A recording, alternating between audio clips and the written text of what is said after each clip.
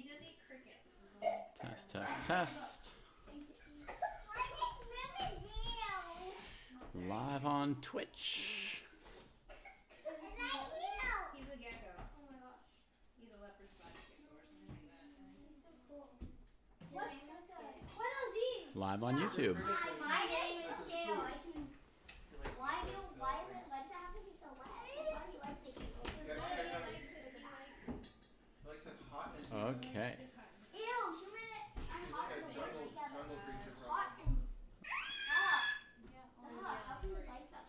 Hey, crunchy, crunchy, crunchy, crunchy. Welcome. Welcome to here. Does he have sharp teeth? Oh, don't play with that. Don't touch that. Do you like his bass? Okay, we're going to open up the club page here. Show folks on YouTube how it's done. You go to your Chess Dojo Club on chess.com.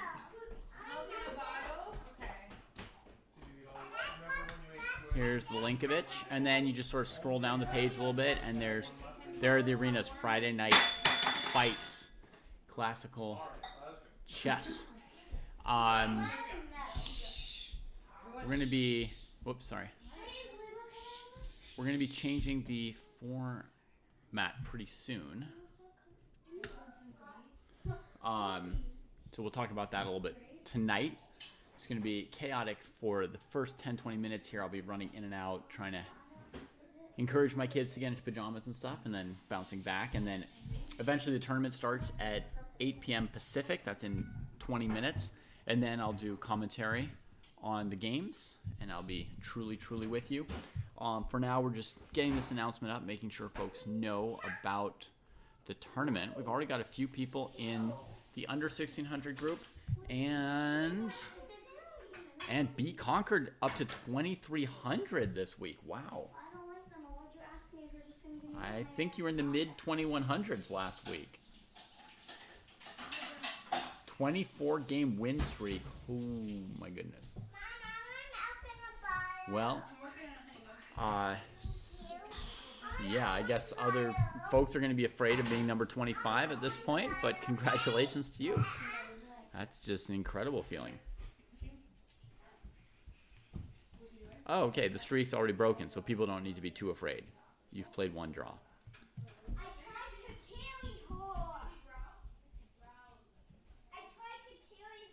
Nice, nice, nice. Wow. They're being quiet for 1 second, and it made me think I should post to Twitter that our tournament's starting.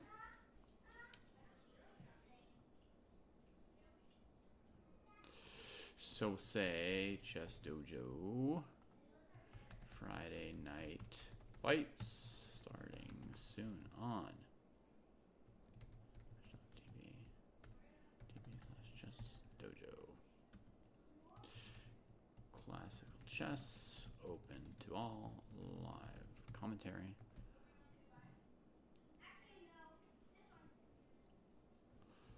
Live commentary. All right. Since the 15th game you've been trying to lose, I found that more difficult than winning used to be, huh? We do Sleepy Sounds. We also have faster controls. We have classical tournaments every week, and we have rapid tournaments every week. Yeah. But we're about to do some reorganizing of it, so maybe I'll mention that right now, and we'll talk about it more in detail later. I've been talking with... Well, I've been hearing some comments and some feedback here and there from people on stream, and we've also been talking about it with Kostya and Jesse and other people on the Dojo team, and we're thinking that it might make more sense to move classical chess to a Saturday or Sunday time slot when we currently do a rapid tournament, and then have Friday night be kind of a chiller event like rapid or blitz. So I would think mostly rapid, since that's what we've done in the past, but we could also throw in some blitz or bullet or something crazy. Hey, good morning, Martin.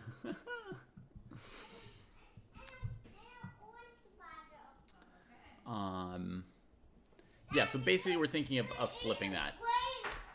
And... Ouh, ça a l'air beau. Tu vas le manger ou c'est pour moi? C'est pour toi? Ok, très bien. Quoi? T'as changé d'avis? T'avais déjà deux? Ok. Je vais te dire merci alors. Parce que j'apprécie, c'est très gentil de toi de partager ça avec moi.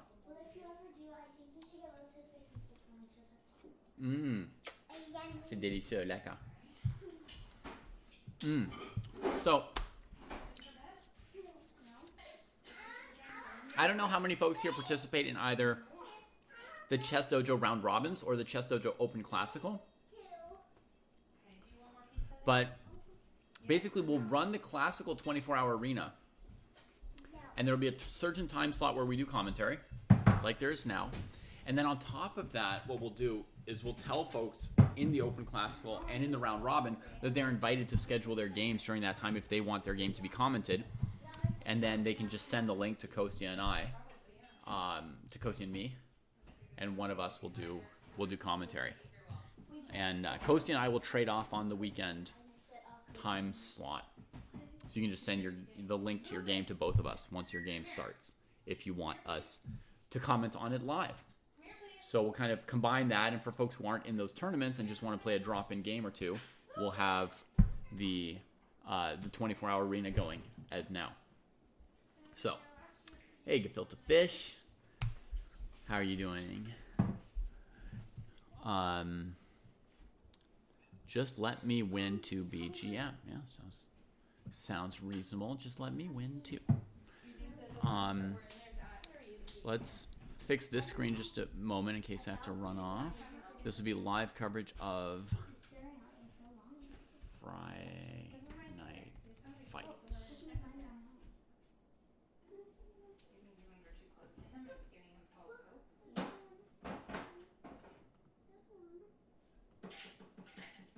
Do it like that. I don't know.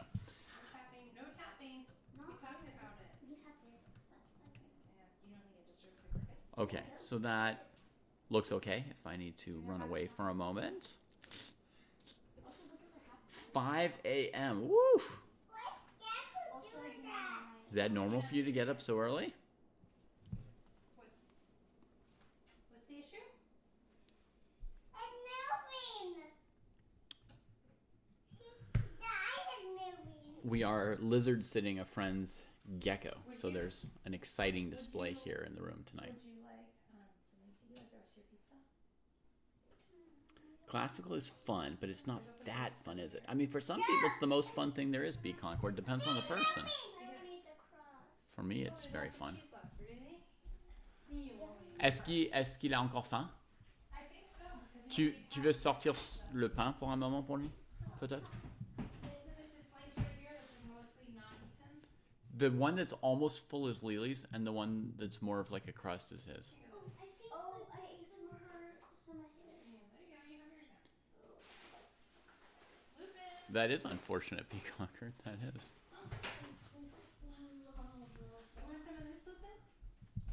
I'm gonna grab a cup of water.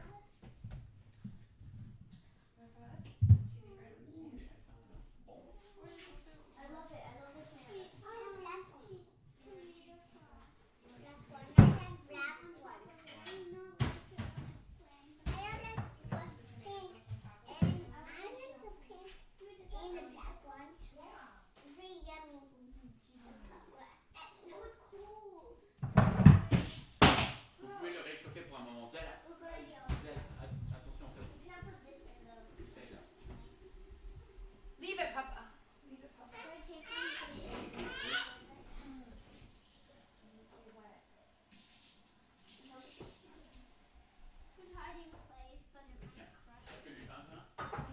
It's so much mess. Should I take the bottle away now? Yes. Really well done. Ship it in the fridge for tomorrow. I don't not yucky. It's not yucky. It got everything over here covered in milk.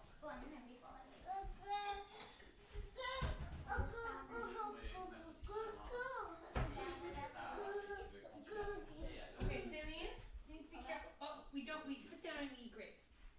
We do not run around eating grapes.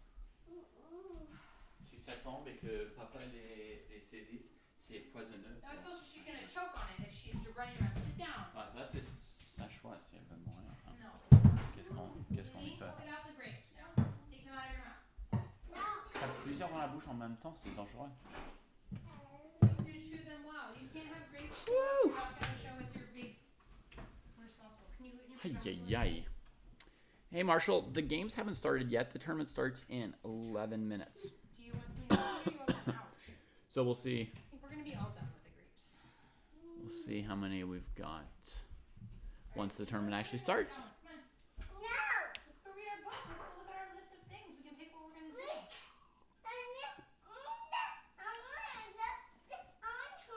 Ah, excellent water. Excellent water. Good night, Jacko. Okay. It's going in house. In the house. I need to turn the light off. It goes off automatically as long as you don't touch the button. For sure, Crunchy. We should get some more players. She was touching Yeah. the button and turning on off the light, so So I should go check that's the right intensity for the temperature, right? is it correct? Yeah. She touched it, so I don't know. Yeah, that's fine. I'll adjust it. You have a tiny house and a big house. Yeah,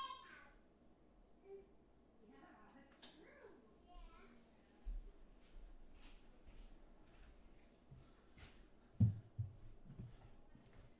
Yep. Baby had turned up that heat lamp. That was gonna be a crispy cooked gecko in a moment there. Where's Pruess' shirt? Here's my shirt.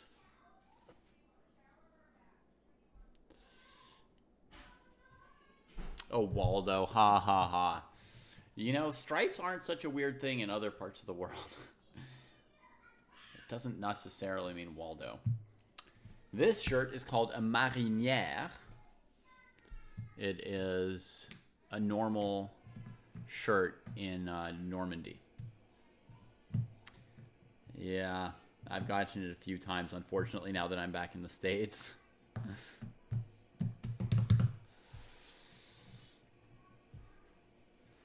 All right, so what do we got, folks? We need one or two more players in these tournaments. So come on down and get a game, right? Boom. There's an arena for under 1600s, folks, on YouTube. If I can, I'll try and send you a link for people over 1600. I don't know if I can. We'll see. Copy a link. Here's the arena for people over 1600. Whoops.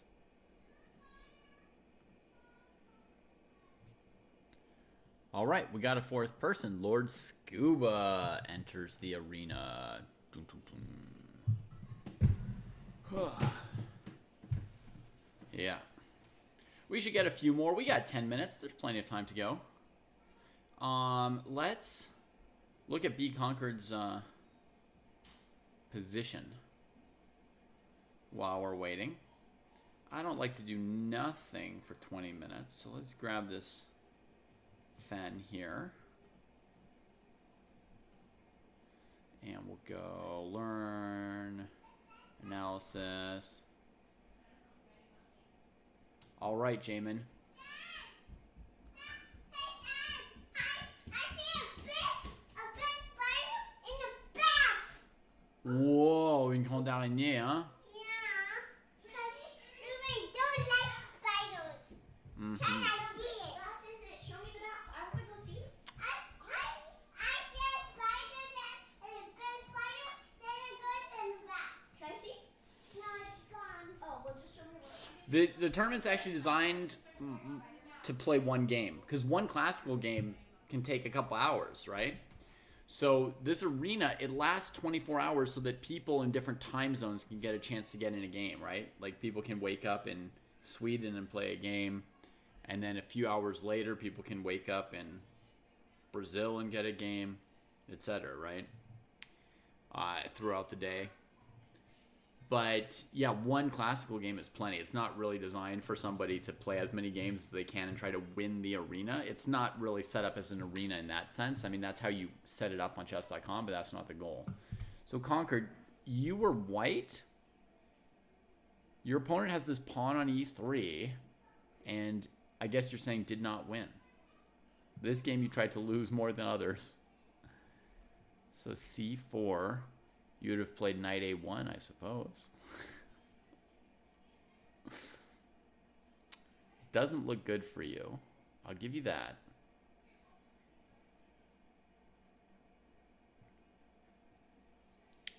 But, you know, there's still pieces on the board, you know. Black went rook d f8. Oh, no. They hung the knight. Attack the f-pawn some more. Maybe they're planning a knight sack on f4, although they could already get 2 pawns on f4. I don't know. Maybe they just... I don't know. I don't know. There's not always a good reason. Not always a good reason. All right, Majestic Waterfall. We got a 1300 in here for you. That would be a good pairing. Let me check 1600 plus if we've made it to 4 players over there.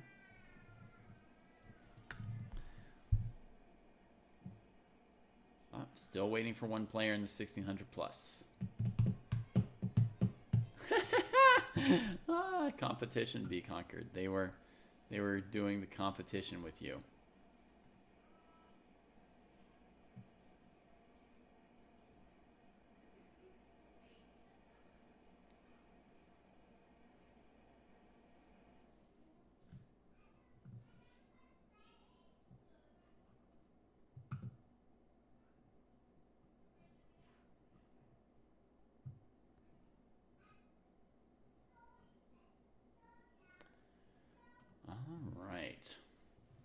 What else should we do while we wait for the games? Actually, we've only got 5 minutes. We should tell the players over 1600 to join, right? The pairings are based on ratings. So you get paired with the person closest to in rating who's available. That's the priority of the system. So it'll pair number 1 with number 2, number 3 with number 4, etc. Yeah. Because I don't really expect people to play multiple games, so I don't really care how many points they have. I don't think anyone's going to try to, you know, get the most games in and, you know, play 5 games in a classical arena or something.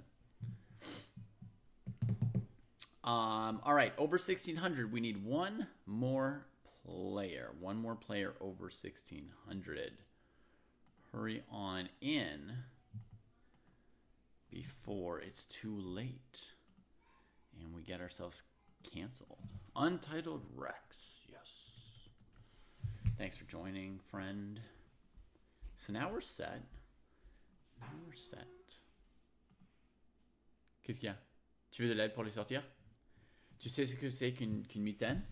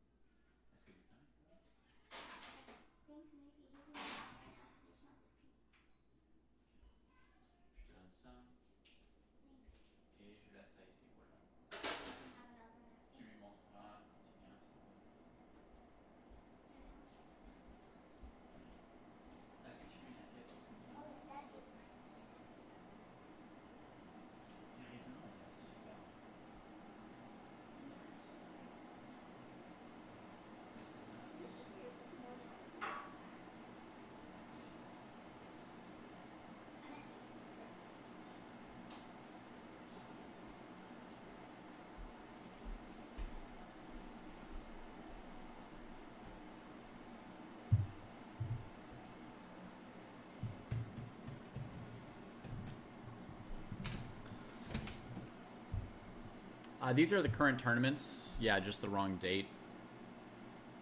We can switch the date. Oh, no. This is the right date.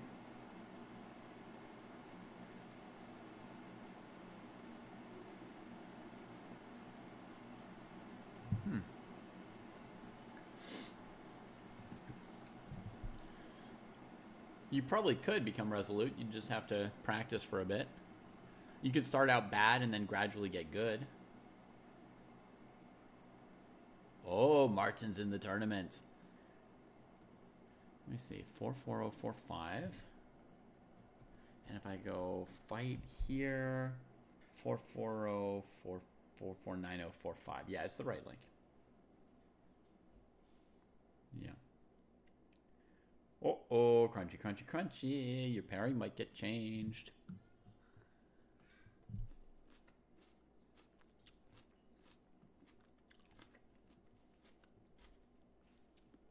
That's right. If you speak English, the easiest foreign languages to learn are French and German, because of the formula that Be Conquered just provided.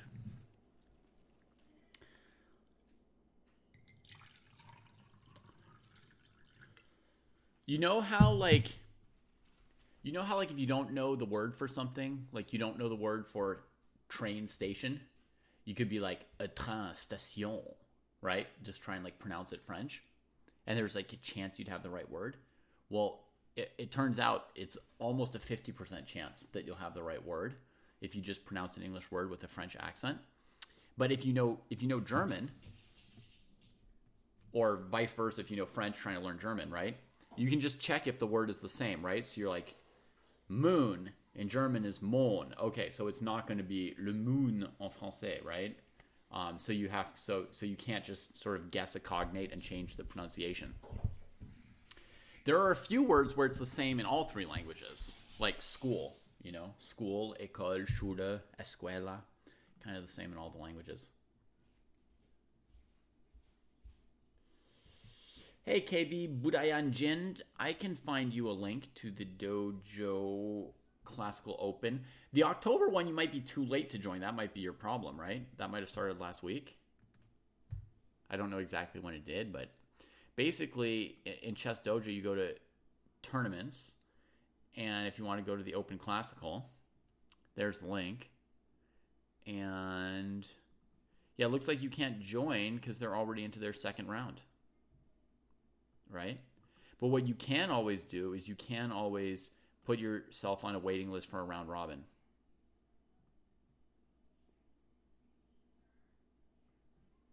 Yeah. Should you listen to the commentary while playing? No.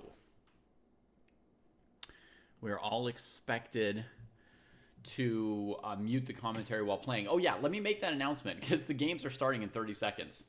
Okay? So, everybody who's going to play, we wish you great luck. Have fun. Make sure you're at your keyboard ready to play. Sometimes chess.com will forfeit you if you don't make your first move in like 30 seconds or 10 seconds or something like that. But also, as far as the commentary, it will be saved. It will be recorded. There will be a video on demand you can watch later for the commentary. So if you're playing, mute the commentary, close the commentary, try and monotask. Just focus on your games. And we are off. Good luck, everybody. Have fun. Let's open up some fights. For those of us who aren't fighting tonight, we get to watch and hopefully be entertained by it. Whoa, Be Conquered. With 1 second to go, Chess Lebanese Salah joined us. And that's going to be a big fight for Be Conquered because Salah is really strong. Let's see. We've got Just Let Me Win versus Derdev. Playing a Bishop's Opening. Jesse's aggressive repertoire is where I learned that opening for the first time in my life.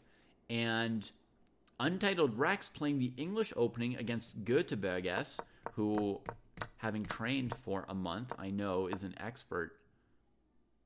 a somewhat expert on the English. I shouldn't exaggerate how much of an expert because actually Göteborgs Martin plays lots of different openings. So he's a bit of an expert on it, but that's not to say that he doesn't play all kinds of other things quite well also. So, the next one, Budayan, will probably be in 6 weeks. It'll be early, maybe first week of December, something like that. Typically, one starts every 2 months as far as the Open Classicals. I don't know if there's some way to join with half-point buys or not. I'm not sure.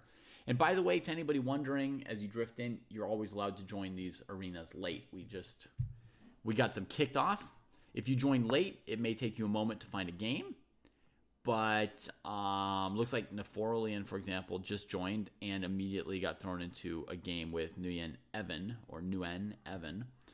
And we get the orangutan, or maybe Sokolsky is the Soviet name for this b4 opening. Pawn trade here. This position is a very, very unusual position to play very close to equal. So it's a kind of opening where if you have some experience with it, you could do very well because it's pretty unusual and interesting. It is starting chess. Yeah, Martin got up very early and he's playing. For you and me, it's kind of late, and for him, it's really early.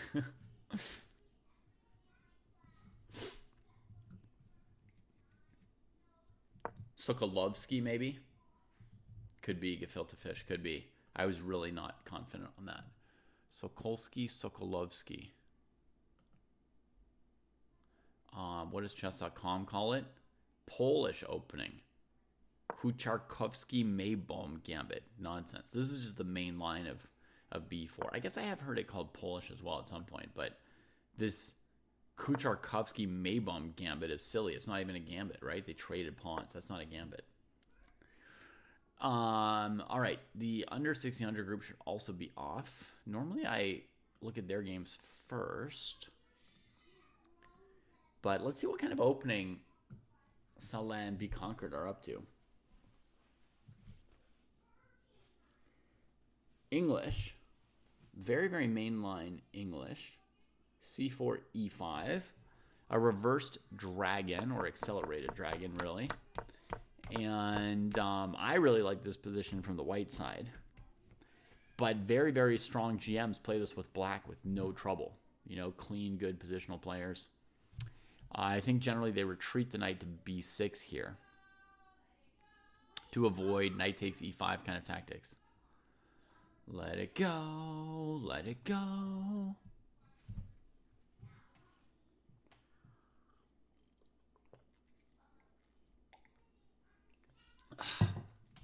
Our littlest one plays us 4 hours of Frozen soundtrack per day.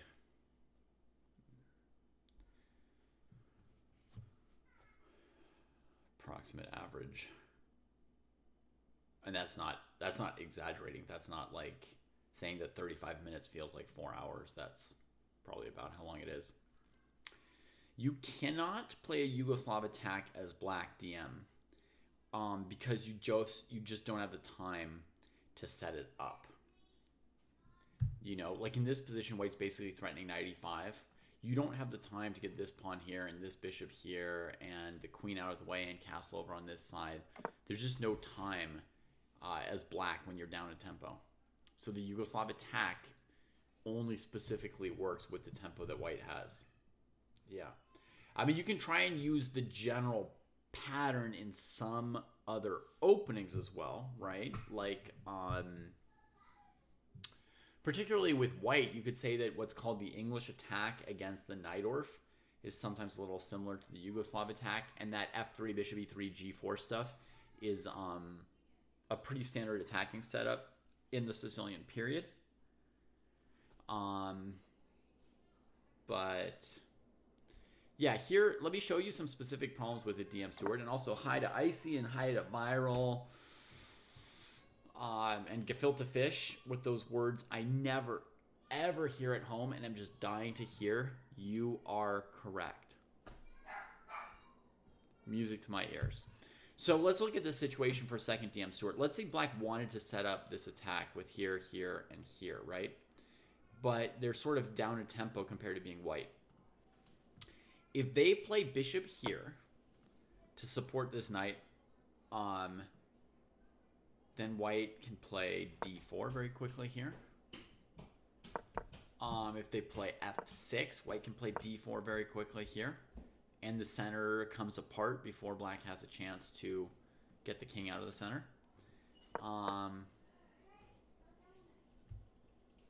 Wait, Viral Stigma, you live in the same town as Chess Lebanese Salah? You guys play each other in real life? That is so cool.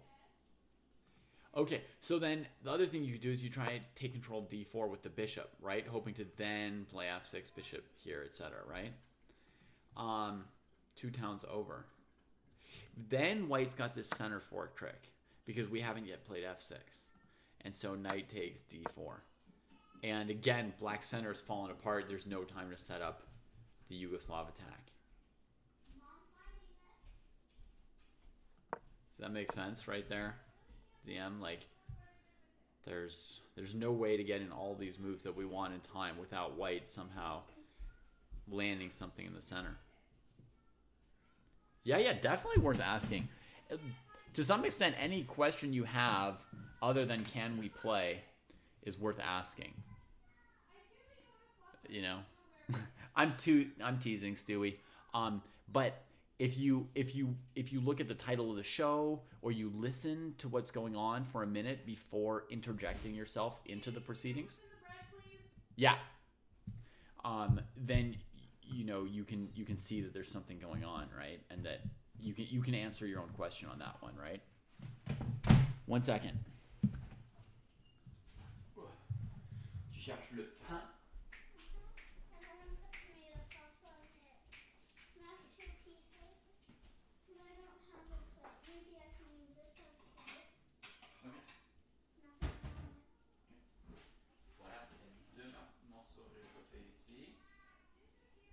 Et si tu veux un peu de sauce associée là, mais fais attention à tes vineigres de façon. Oui, où est-ce que tu veux? Juste direct sur tes trucs.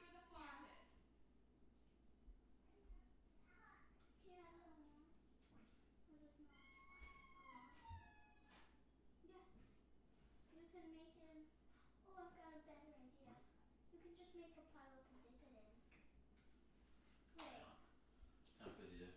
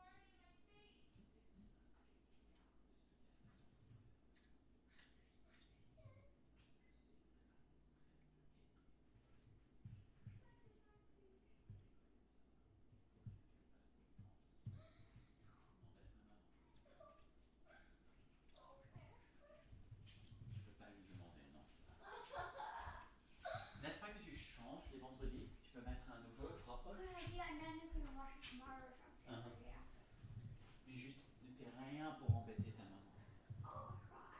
Tu vois qu'elle est déjà brisée. Oui, elle est craquée, sois gentil. Okay, sorry, we're back. Oui.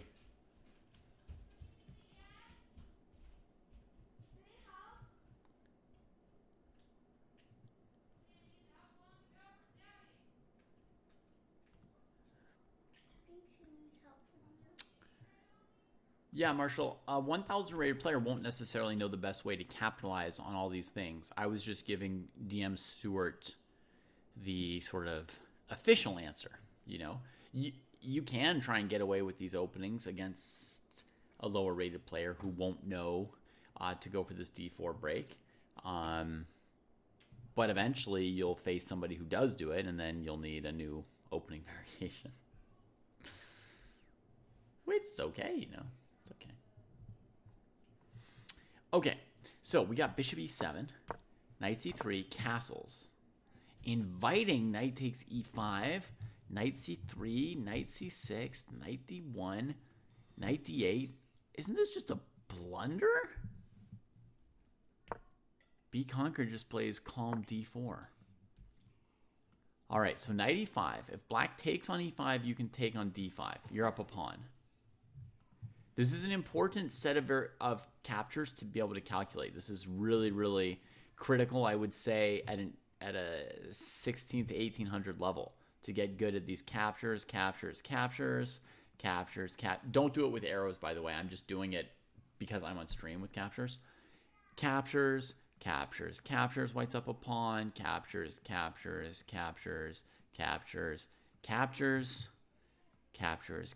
White's up a pawn. Or if we get rid of the rook moves, knight b2.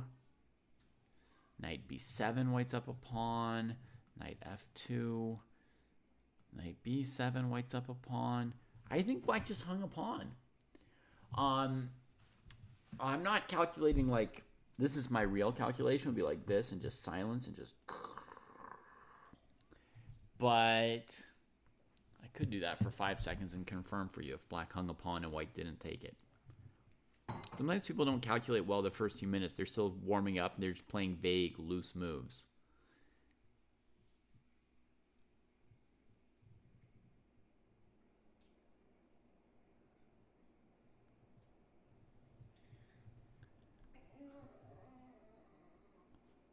Quoi? I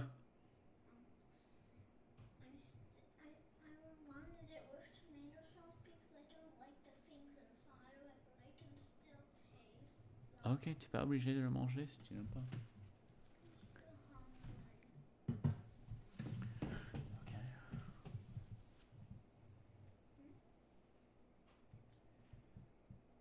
on.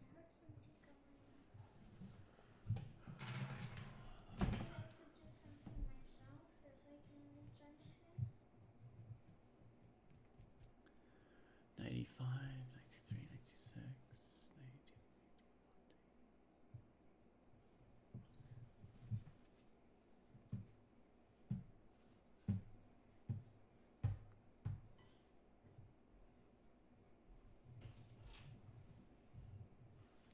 92 check is less clear.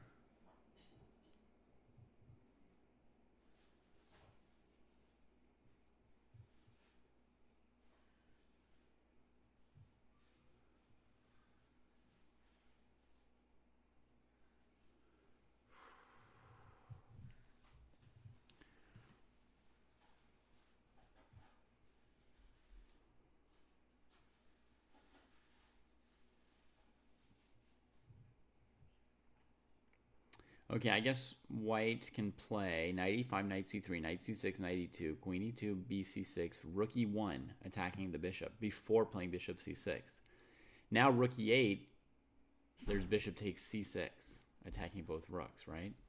So black has to spend a tempo with the bishop, which won't be too effective, something like bishop f6. And then white can play bishop takes c6, rook b8, and then there's pressure on b2, enough to keep white from really being ahead. Or white could just play d3, not take on c6. Rook b8, rook b8. But then there's bishop a6. That's not such an easy advantage for white. You kind of win the pawn, but black more or less gets full counterplay. Interesting. Okay, so maybe they didn't blunder it at all. So white plays d4, counters the center, trades. White's got the better center here. Black looking for pressure against that center pawn immediately. And that's their live position. So white's kind of looking between e3 and bishop b2 mainly, I would think, to hold this pawn, which is under fire and can't move. Now, we've now got a bunch of games going in here. 1, 2, 3.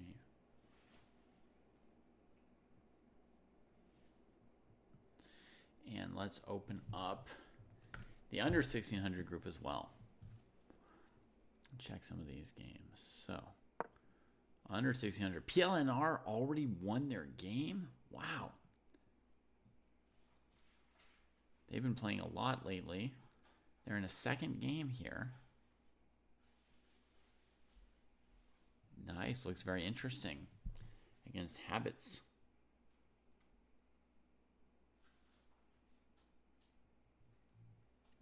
Chouchou, si tu ne manges pas, il faudrait se coucher.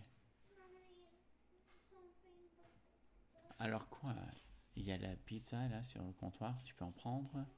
Ou il y a des raisins là, mais il faut manger ou se coucher, pas de livre à cette heure-ci.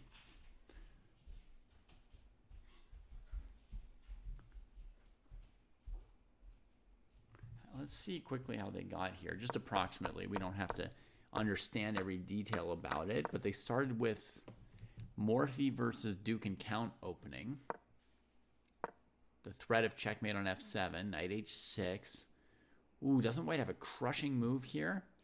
The knight is defending the key checkmate and you could trade it off.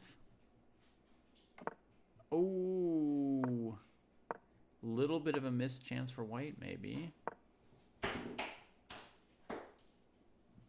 At first, white's got the better position in this opening, right? You saw the black knights, not the best placed off here to the side. White with an extra pawn in the middle of the board. Castled first, ready for action. Knight g4 from black. Hey, Marshall, that's a good question. Approximately, what's your rating on wherever you play? You know, let me know if it's, you know, chess.com or Lee Chess or German Chess Federation or whatever. We have done classical every Friday for the last 2 years, Bakalman. We are going to swap time slots between our rapid and our classical very soon, I believe. Hasn't been finalized yet, but it's probably changing really soon. So we'll talk about that more in a second. But a good start to the game for white. But in this position, black played knight g4. And actually, even though it's moving the knight a bunch of times, it's kind of threatening to come to e5, capture that pawn, attack the queen, attack the bishop, and regain the pawn and be a really good piece on this square. So right here after knight g4, white needed to look for like a good fighting move, you know, to not let black achieve their plan. But what white did was kick the knight to where it wanted to go, right? So the knight wins back the pawn, chases the queen off. Could also maybe have traded this bishop off. And this catches up with the live game. So black just played d5, an explosive move. But black should be more careful here. White's castled, black's not. You explode the center and trade pawns. It's not going to favor your king. Additionally, white just played a3, attacking your knight. Now, when you've got a really powerful position with a lot of energy, you can strike back at the opponent, play counter threats, ignore what they're doing sometimes. That's very advanced stuff, but you can do that sometimes. Here, as black, you're kind of on the back foot. White's better in development and safer king, so you don't want to start a fight. Basically, you want to have a sense of when starting a fight is likely to be good for you or not good for you, right? And here as black, you should feel that you're trying to catch up and get your king out of the way rather than you're trying to, you know, press your advantage by exploding the opponent. So d5 is the wrong idea, and white could potentially punish this in one or two ways. PLNR took the piece on b4, which is pretty good. And habits kicks the knight, which at least stops white from doing the other devastating move, which white could have played here, which would be pawn takes pawn, opening up the queen on the knight and the king. So white had two powerful moves and found one of the two, or chose one of the two. And black at least didn't let the second shoe drop as well. Tournament, if you're done playing, you can absolutely unmute the stream. Well, I can't tell you that by voice since you're not listening. Yes, Tournament. If you're not playing, you can definitely listen. Acrylic. If there's a 1220 and a 600 plus division, it's probably because they couldn't read the name of the tournament. Marshall, when you tell me what level you're at, I'll give you a real answer to your question. Let's talk about Bakelman's question for a moment while we wait. Bakelman asks, classical every Friday. So we've been doing this Friday night fights for over 2 years now, I think, consistently, week upon week. You know, maybe missing 1 or 2 weeks out of every 52. So we've been doing pretty good at keeping it consistent. Long ago, Kostya and Jesse, one of the first shows that they did on Chess Dojo was called maybe Sunday Night Fights or Saturday Night Fights. It was a weekend show similar to this. I tried to kind of replicate it and bring that feeling back by setting up Friday Night Fights. And I liked that Friday and Fight were both with Fs. That's how I picked what night it was at. And I was trying to, echo their legacy. Ooh, look at that. A fighting move from PLNR. Not retreating the knight to a bad square, instead bringing out a new piece and counterattacking this piece. But Habits dodges very nicely with a not just an escape, but a counter threat. And now White finds themselves under 2 threats. So was Bishop F4 too aggressive? Let's see, right? Could be risky here. So Bakuman, so I put the classical on Friday night, trying to copy what Jesse and Kostya had been doing 5 years ago at the start of Dojo. And then I put the rapid tournament. That's just too loud. 1 second.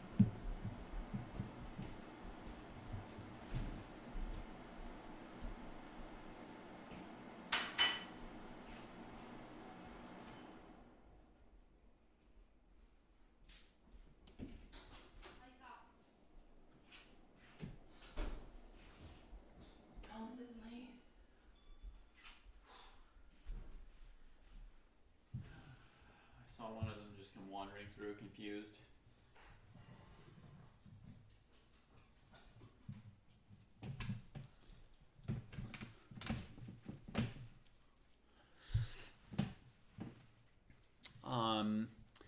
And then also I had been doing these weekend rapid tournaments for a long time, so I kept those going as a tradition. But I've been talking about it with Kostya and Jesse and some other people, and I think it might make more sense to have our classical on a Saturday or Sunday morning, and rapid chess or blitz chess on Friday night, which we have also done at one point.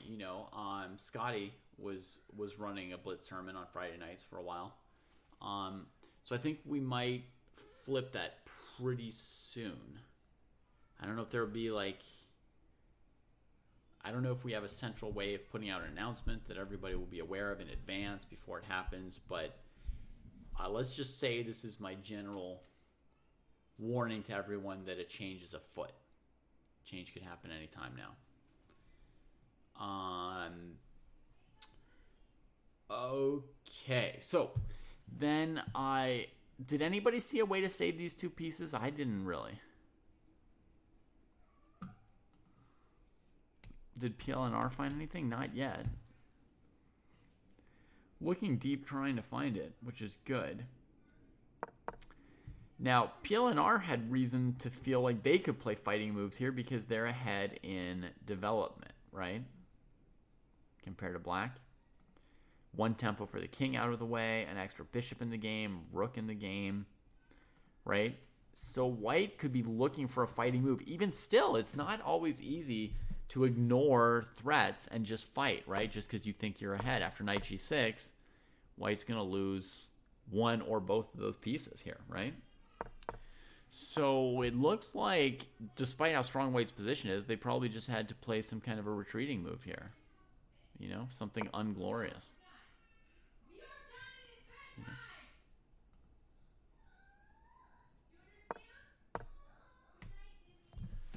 I'll be back.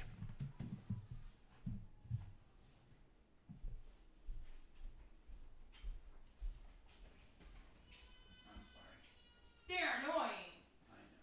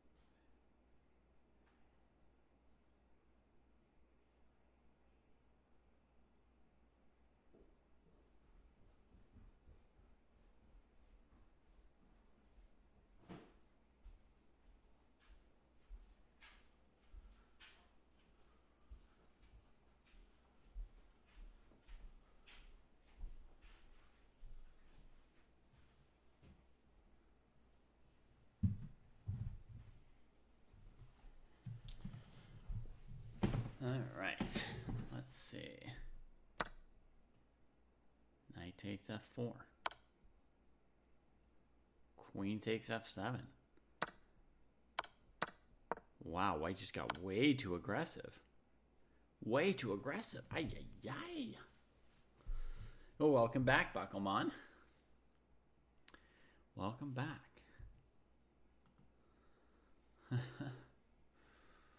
How did the team fare in the Coach Champs tourney? I had one less player than the others, unfortunately. So we were a bit handicapped, and I had 3 players. One of them did pretty well on the second day. One of them did great on the third day.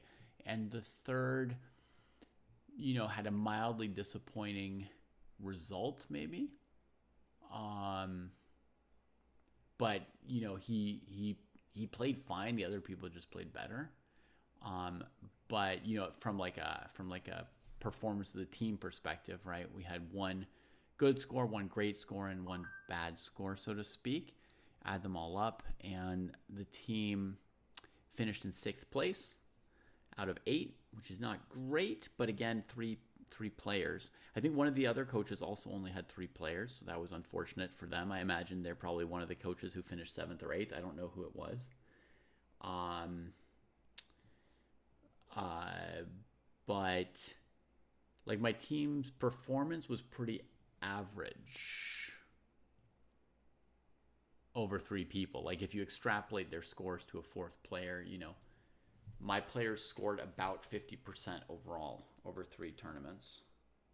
So it would not have been a dominating performance in any case, like we would have maybe been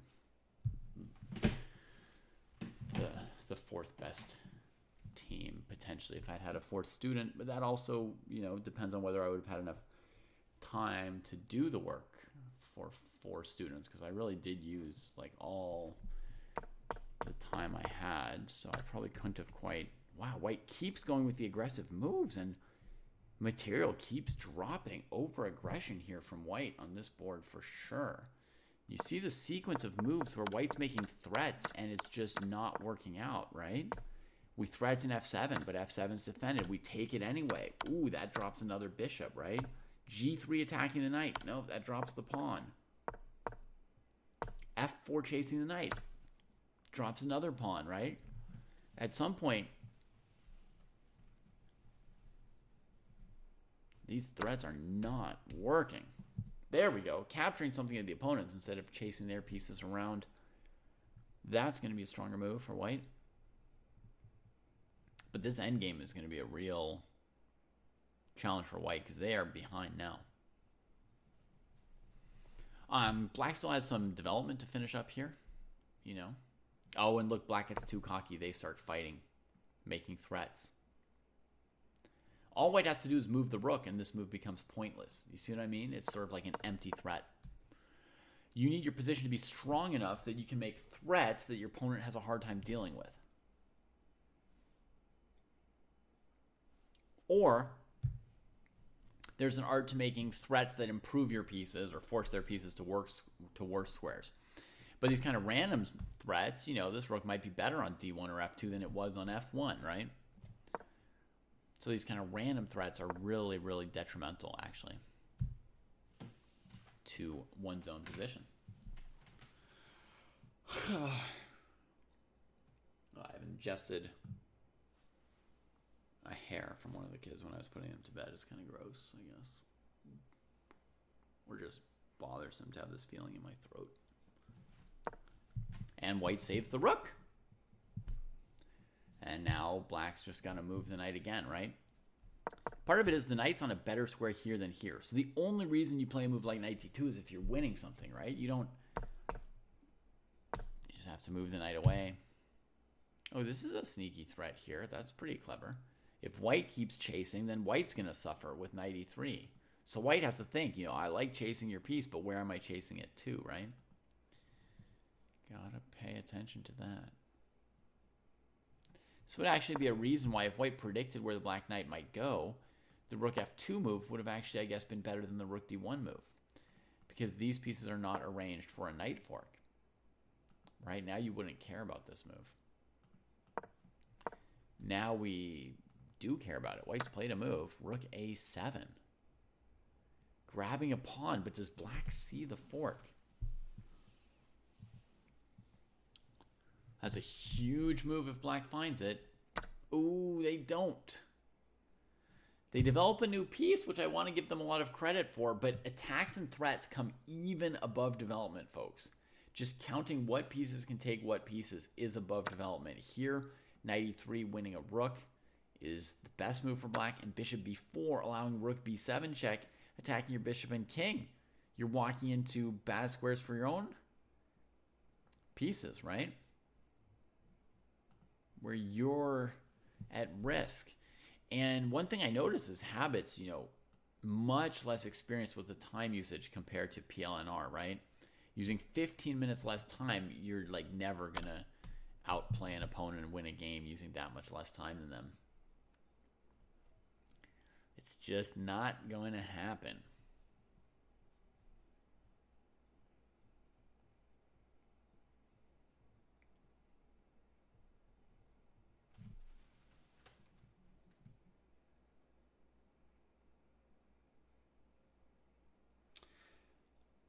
And to Courtney's point earlier, having understudies for the coaching competition kind of event could maybe help, but the players are selected in a draft, right? So if you had a second pick in the draft and then your player didn't want to participate, you kind of deserve a kind of good player. If you have like a sixth pick in a draft, then you kind of deserve like a less good player, but it's hard to say by how much. And like drafting, each coach has an equal access to some extent to the players and to picking who they want. So,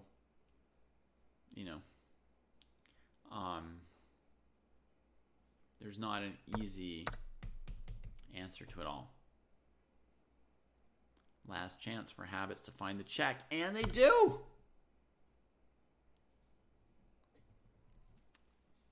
Slowed down for a moment on one move and caught sight of this. And habits might be able to win the game. I know I said that players almost never win using so much less time than their opponents. Almost never. But that's a really huge piece to grab.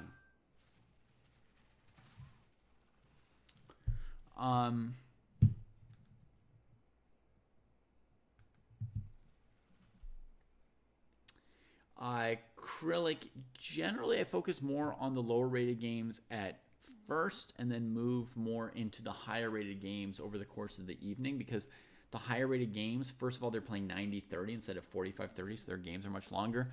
And then a lot of like beginners don't use their time, so their games are done in 45-60 minutes, whereas the 600 pluses are going to play 4-hour games.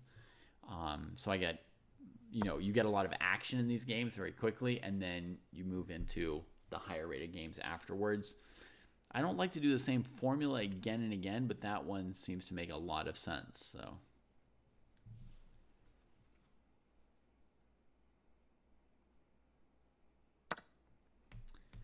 So Zoomjaw has a suggestion, maybe the tournament format could have been a little bit slower, then you'd have less blunders. Sure. You would. Depends on what you're trying to do. And yeah, you could extend the tournament over more days. Could be fun. But I think that a big piece of the piece blundering, a big factor, right, Zoomjaw, in the piece blunder, I think, even more than time control, was nerves. Now, having more time would help players to settle their nerves, less games to play in a day, more chance to recover. But I think a lot of the people in this tournament had never before played on stream in like a competition. And so I think nerves were a huge factor. I noticed two really, really strong players who I had previously thought were basically favorites in the top two sections had really tough events. And I think maybe pressure got to them.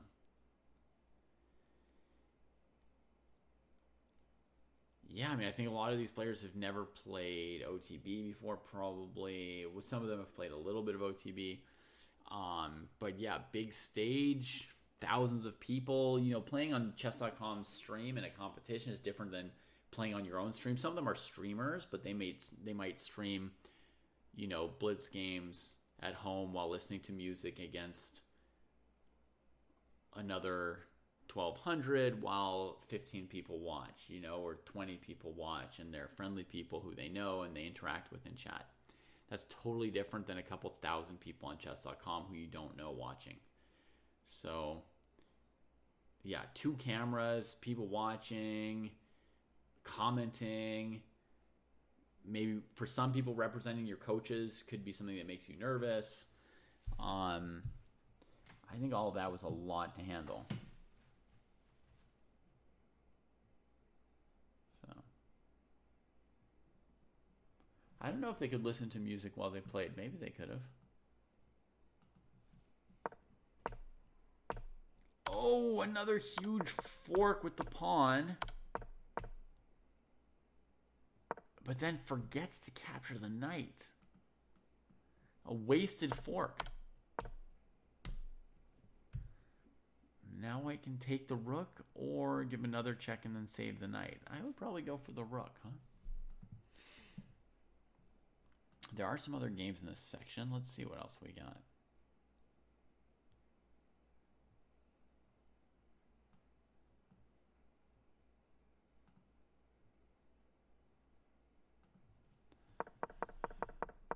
A modern defense. So black lets white start off with a better part of the center.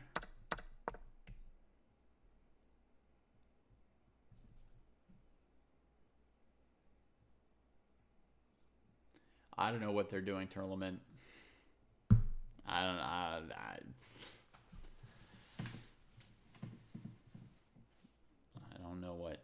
don't know what to say. Yeah, there's a bunch of 1900s in here. I don't know why. To me, the situation is pretty clear and obvious. Like who's supposed to be in what section and what the idea is. But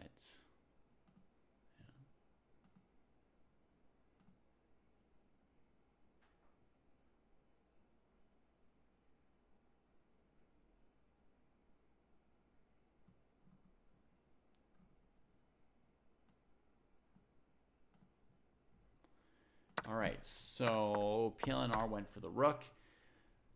Habits now took the knight. Pawn drops, pawn drops. Black still has 1 extra knight.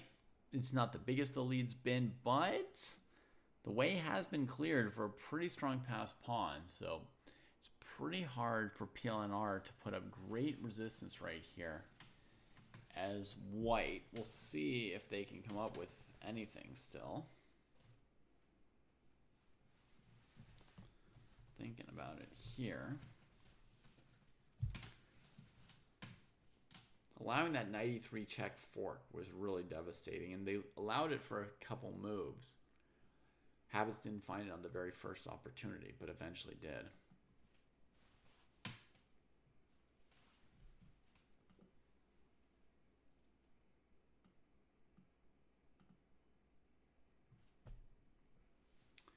Here we got Lord Scuba really using a lot of their time. They're just barely out of the opening and have used half an hour. So this is something that may seem surprising after what we've seen on the other board, but this is somebody playing relative like too slowly in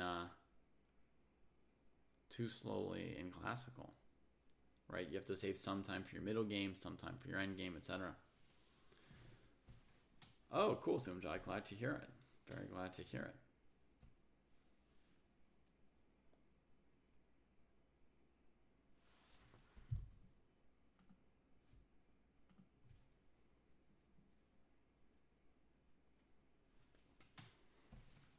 What do we think of the position? The black bishop here is not very good. White has some space. The black king position is a little bit a little bit weakened by these moves. I don't know if black's pinning their hopes on capturing this pawn.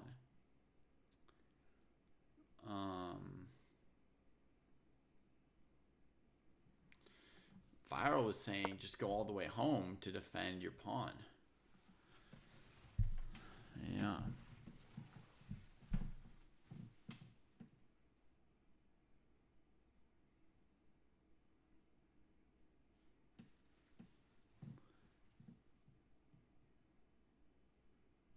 I could imagine that white could maybe play something like this. And if bishop takes, maybe you can make this work. Threatening checkmate. Queen e7 or rook f7, right? And this. I guess it's knight f6.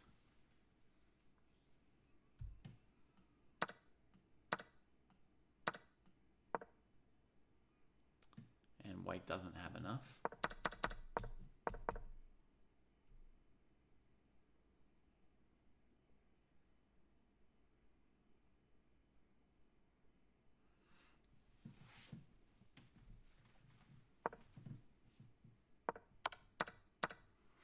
You mean the reasoning behind why a coach is coaching in a certain way, Zoom John? What if we played a very simple move here for white? Bishop h6. Idea here, here, here, here. This looks like a tremendous counterplay or, you know, attacking potential for a pawn. Tremendous potential to my eye.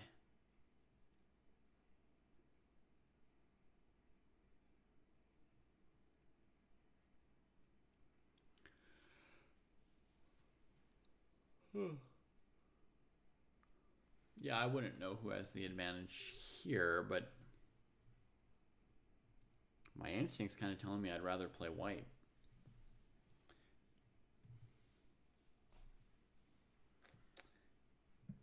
One thing is, if white's better, they might be winning. If black's better, they're sort of slightly better.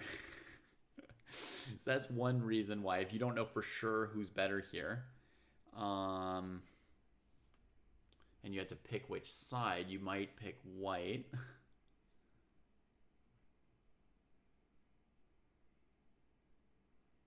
So Stigma says knight g5 looks crushing with the idea of making a sack here, I guess. I was also thinking that white could play queen c3 check next. I played rook d1 first so the knight can't block. So I think this move looks strong as well.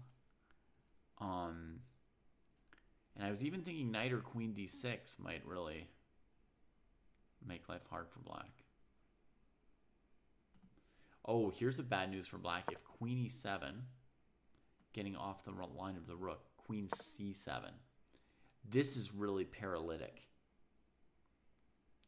Very hard for black to move here. Very hard. I'd originally had this idea of maybe knight d6, threatening knight f5 check and kind of just sinking in. But this queen c7 idea is much stronger. It's really hard for black to play after that move. White's got to be much better at this point. Gotcha, Courtney. Sorry about that. Sorry about ads. I hate them myself. If I knew how to turn them off, I would. Icy saying maybe queen a5 could avoid queen c3 check and deal with this. Could be, yeah.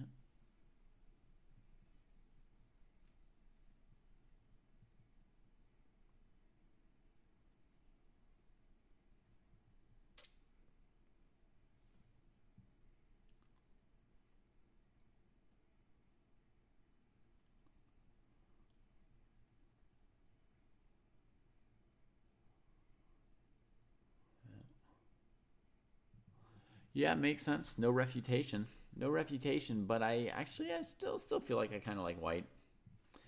Yeah, as far as I can calculate b4, you can take it. But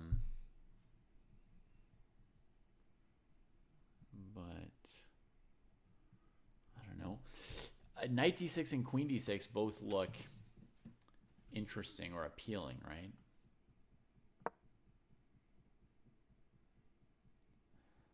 Preventing knight f6 because we'll trade and take the rook. And with the idea of maybe playing b4 next. And just kind of, you know, again, trying to freeze things for black.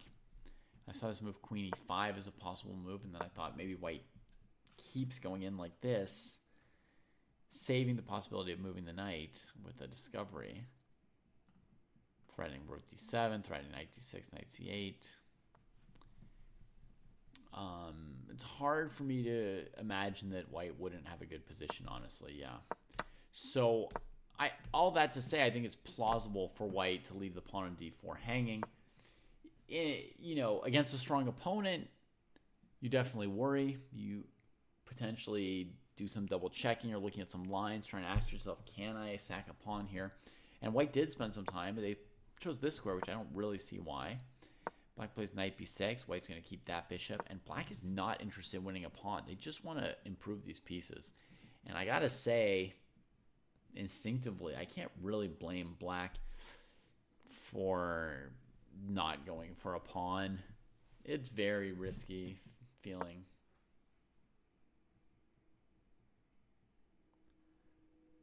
Hey, Martin, did your game finish?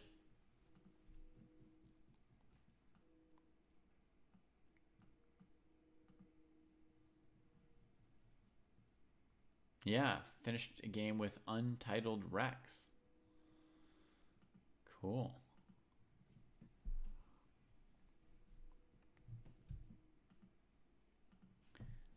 E5. Whoa. Okay, they want to get this bishop out. But, I mean, you could have had that pawn for free. Instead, you trade it. White should be comfortable. Oh, I forgot. I wanted white to play bishop g5 here, by the way, folks, instead of bishop d2.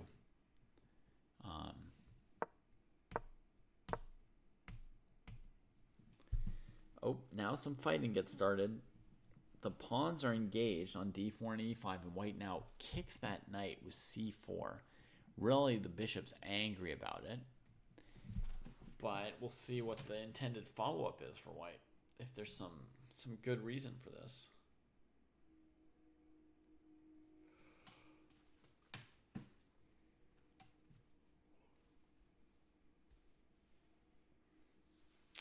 I don't know what happened to your game, Tournament. Sorry. Knight f4. Okay, forward. Forward. Iran won't be bullied.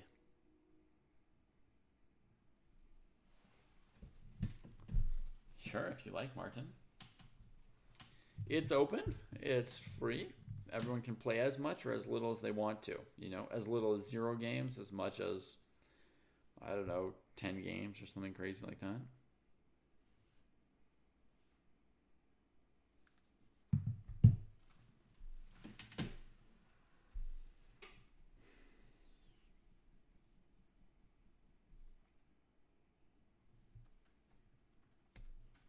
Alright, forward goes black with the knight. White could trade it or try trading the pawn, or I suppose the pawn's not going to take now that the knight's here, so white could also leave all this tension and do something else. But the move white most wants to play in general, rook opposite the queen and fighting the center, is really bad because of bishop g4. So it's just out. So that means, what are we doing for white? Maybe bishop b4. Okay, white plays a trade. That makes a lot of sense. Simple option. Trade off that piece and then deal with this pawn.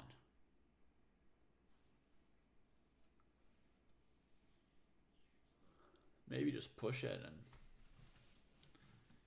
try and claim the pawns a little bit strong. If you put the rook here, you still have to calculate this. Probably it works out for white. You're not even down a pawn. Yeah. Okay, so rook d1 and d5 both look good to me. White takes the pawn. And my concern with this move might be queen b4, rook d1, queen b2.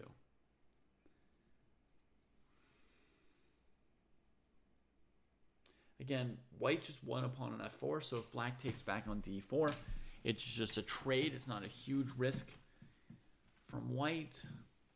Not dramatic amounts of material, but I don't see a clear follow-up. That's true.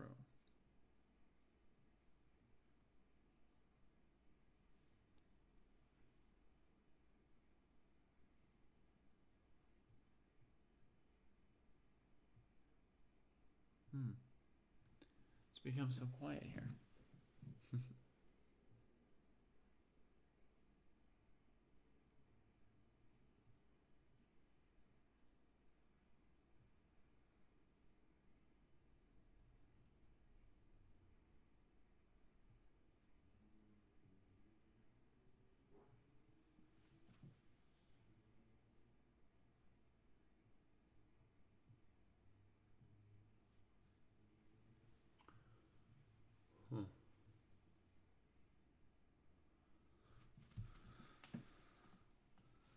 This is reasonable to try it, right? You get this pawn, you attack that piece, and you're not that far away from trying to anchor this bishop somewhere and defend the king.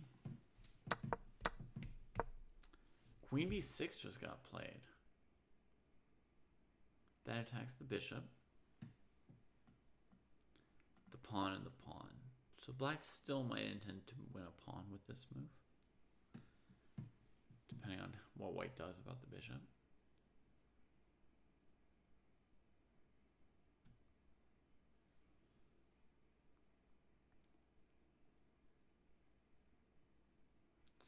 Not much time for Lord Scuba.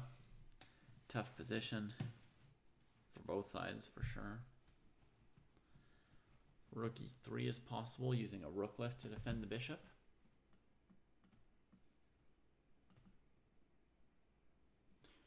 Queen could drop back to f3 or g3.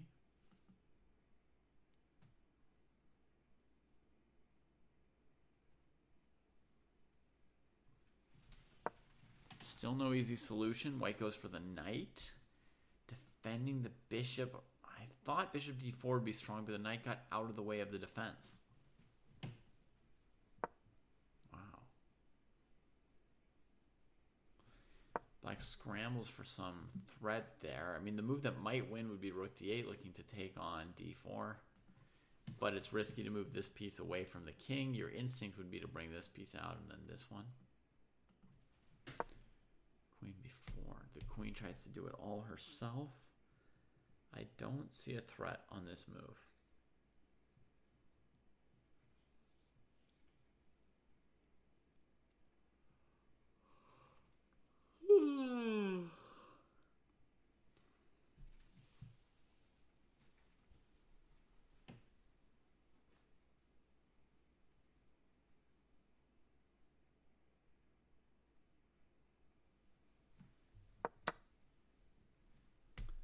All right, black picks a pawn, and the rook can't burst into the game without offering the bishop. So black's taking advantage of this bishop that's not anchored by a pawn, that's not defended, it's kind of boxed in, and using it to restrict the white pieces. Knight d3, that'll chase her. Now, to my mind, if black sees queen d4, that's a clear solution to what's going on here, right? You centralize the queen, offer that trade, looking great for Iran.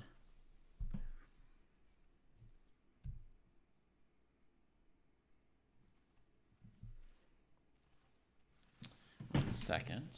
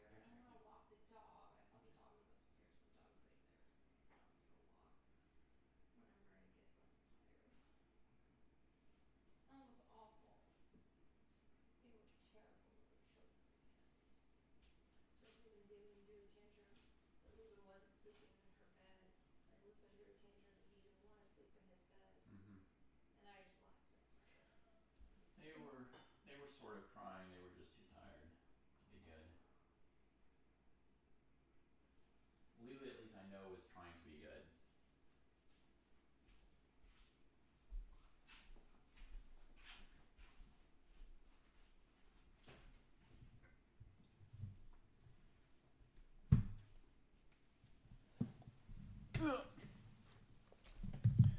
Whoa, excuse me, it's very tight to get in here.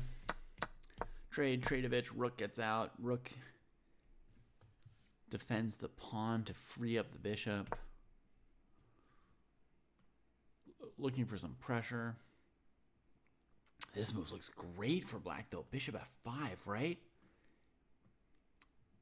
Hell of a drug, Jesse would even say for that move. That's a real move. But black played a little fancy a-pawn move. And now there's some pressure. Now they find that move. Is it soon enough?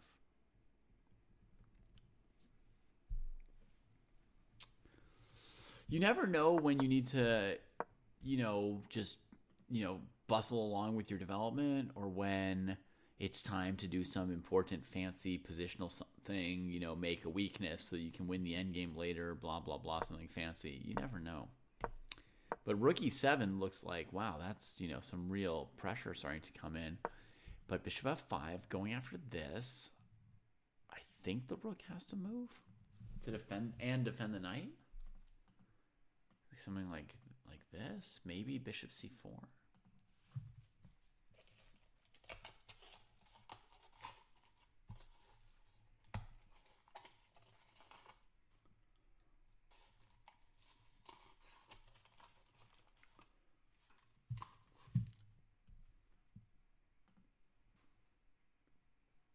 Let me change MooBot to say October 12th.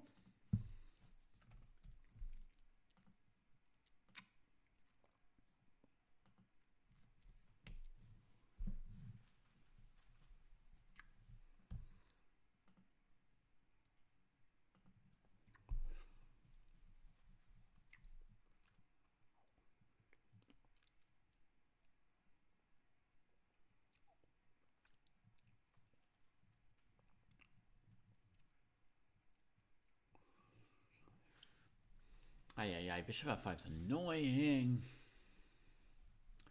How do you keep something going for white? I mean, you can't just give a piece. I guess you just have to play rook d1 quickly and hope it's okay. I don't think you can be too much more choosy than that as white here. We don't have the ingredients to be sacking pieces in this endgame, so we just have to defend our piece. Well, Viral thinks that white will be fine. Black's not forced to trade on d3, Viral, but I didn't even think that this was very good for white. Just getting the rook attacked here. But actually, maybe it's enough to just go back and forth like this. If black ever moves this, you take here. Black ever moves this one, you can take here. And you're threatening to double.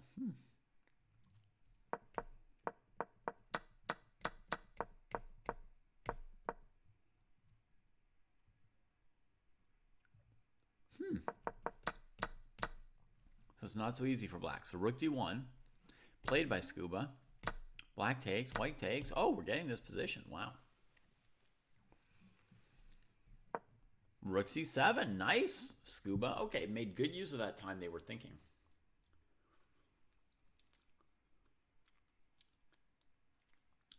On rook d1, came with the whole plan.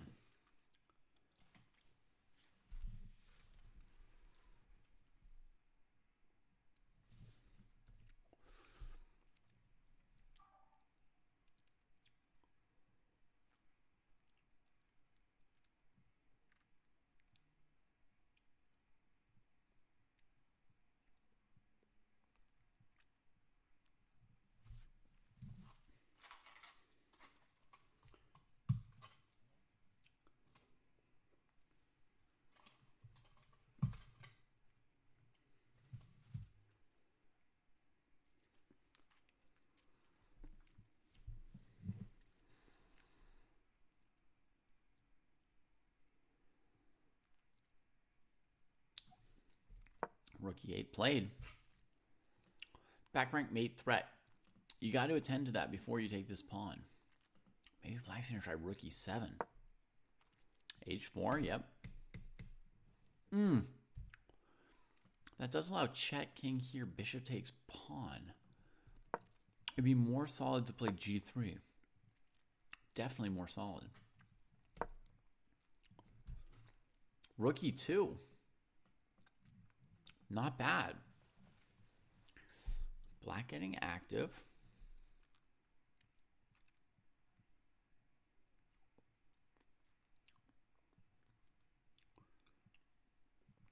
But if you wanted that pawn, it was more effective to check and then take with the bishop. Here, weirdly, after the bishop moves somewhere, if you take on f2 with the rook, the king moves away and you don't really have a follow-up. If you take with the bishop, then after king f1, you're a little tangled.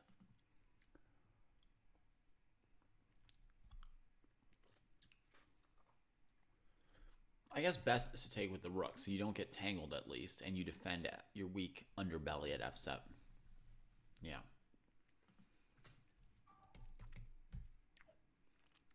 I expect something like bishop c4. Is there anything fancy for white I'm not thinking of?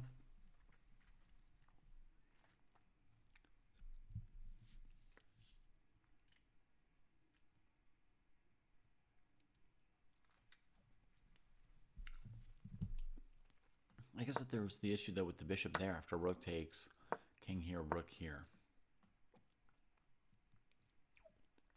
It's both.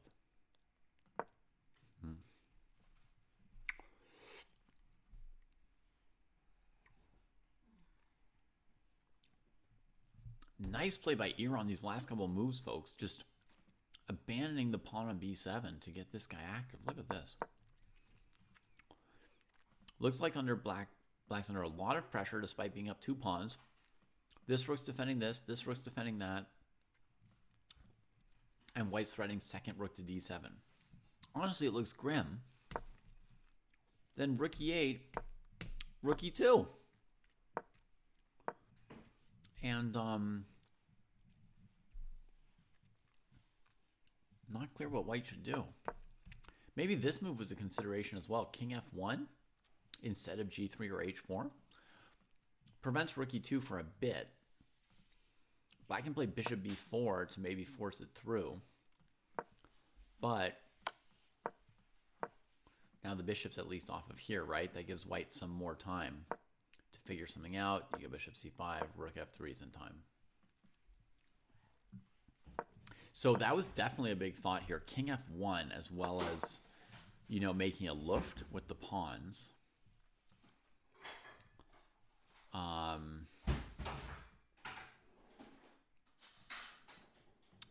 Yeah, that might have been actually much better. The king move, trying to keep that rook from getting so active, because now it doesn't look easy for white to handle that rook. So black says, forget about my b7 pawn. That's not how I'm winning this game. I'm going to get the pieces active, maybe get ahead 1 or 2 pawns on the king side and hold f7 so that I'm not completely tied down to this pressure. Bishop b3 played, not c4 because of rook f2, f4, I think. That's the right move, but man, that's a hard one to find. Props to Lord Scuba. Black takes with the bishop. I would have taken with the rook, pretty sure. King attacks the pieces, and hopefully black had a plan for this. But this looks like a big mistake for black, this bishop f2. Big mistake. Played in seconds, by the way, folks. Played in seconds. Check here. And the point is, you can't back up because you lose the bishop. You can't bring out more pieces and coordinate them because of the bishop here. And if you move over this way, white attacks your bishop in f7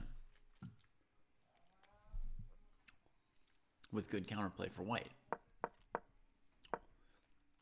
But bishop b6, maybe rook b7, and you've got too much stuff hanging. Oh, black's going to give check on f2. Okay. Very clever.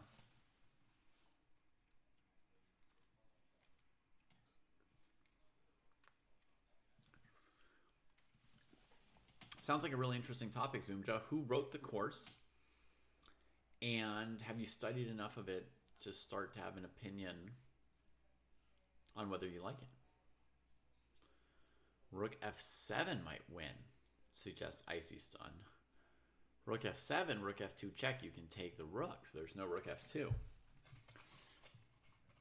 Moves like rook b7, rook f2 are not 100% clear.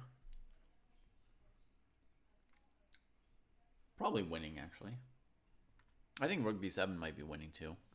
But rook f7 looks interesting. We've got a move. King e2 played. Now it's definitely not winning for white. They're down 3 pawns, scrambling for a draw. So big missed opportunity here. Not a lot of time for Lord Scuba, but rook f7 is hard to see, but very strong. Rook b7 is, I would say, easy to see. They attack your piece, you know, you move and counterattack theirs. You're always looking for moves like that in positions where lots of pieces are, you know, getting attacked and undefended, right? You're always looking for the moves where you move an attacked piece and create a new threat. So, oh, it's by John Kabadai.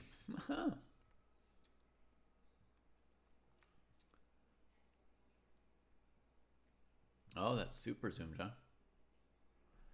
You think rook f2 is winning for black? It's hard to imagine black winning this position here. Well, no, not hard to imagine. It's possible. But I'm not going to get mated, am I? You're just going to try and get your pieces out of the way in time.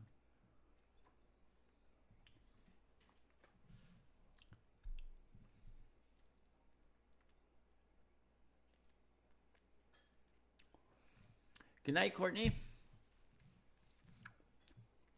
Catch you next time. Actually, black may have a clever move here.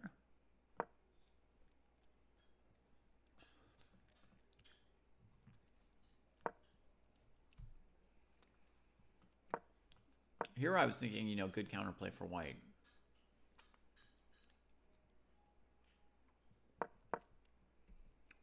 Rook e3. Maybe refuting it. Oh, Viral Sigma has like a simple idea as well. Rook d8. Rook d8 may be less convincing in this line. Though I frankly admit I didn't see rook d8, and I should, obviously, I should. The problem with the bishop b4 mate. Oh, I see the idea with bishop b4 mate. I was thinking the problem was here taking this rook. Oh yeah, it is a problem. I was right. I see it as a problem because now this rook's not here. There's no mate. Yeah, bishop f7. It's a good threat. I mean, that's strong pressure there. Okay, let's get back to the game position. So white misses rook b7, rook f7, and goes for king e2, which looks fairly tough for white. Uh-oh, rook e8 check.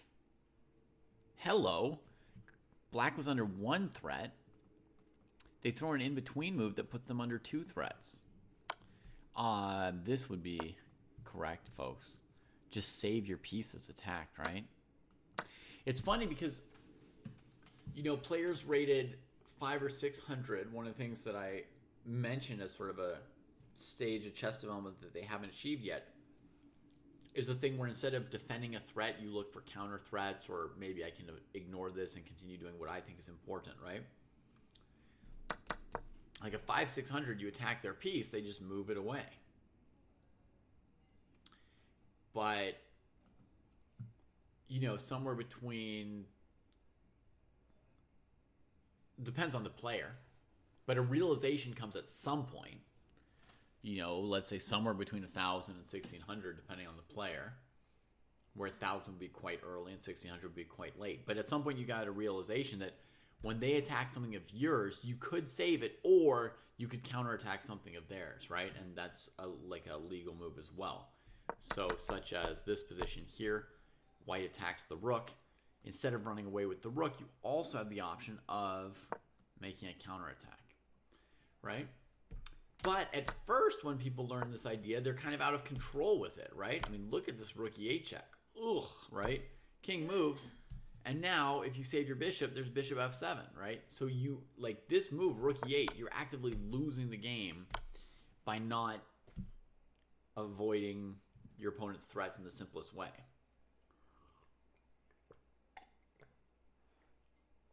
So when people first learn that concept that you can kind of skirmish, you can fight back,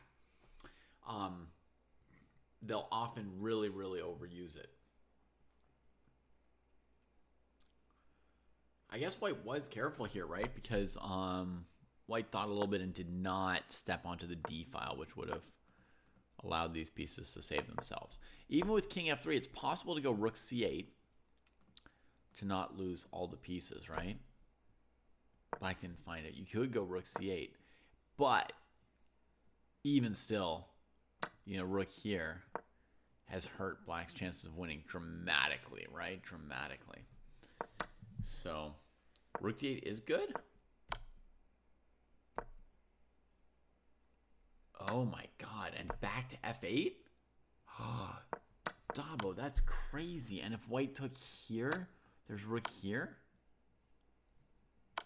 Did black see all that or get lucky? That's incredible. That is a genius move. That's not possible. What Korchnoi would say is that move is too good for you. If you came up with that in a post-mortem. You say you're not allowed to use moves that good because you're not good enough to see them. So you can't claim your position is good because of that move. But dang, that's an amazing move.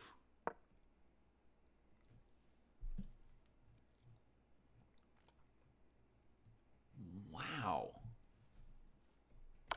No way around it. Dang. And now we get the king and pawn ending, and black is still up a pawn. And in a king and pawn ending, a single pawn is better than two in an opposite colored bishop ending. Looks really good. Korchnoi did not take losses well, Steve Nash. Or, I mean, he didn't take losses in the traditional sense of good sportsmanship well. I mean, you could say that he took them well from the perspective of something about how he took them caused him to work on his chess and become a great player, right? He was a top player for maybe the longest. Yeah, I mean, he and Smyslov would be two modern candidates for greatest longevity of a top player. Of course, if you look at a longer historical perspective, Dabo, you have to say that Philidor was actually still the #1 player in the world at an age where, you know, Smyslov was number 10 and Korchnoi was, yeah, I don't know, number 20 or something. Smyslov made the candidates at age 64, I think. So he was basically playing like a top 10 player at age 64. Korchnoi was still like a grandmaster at age 80. I mean, you keep the title forever, but he was still playing like a grandmaster at age 80.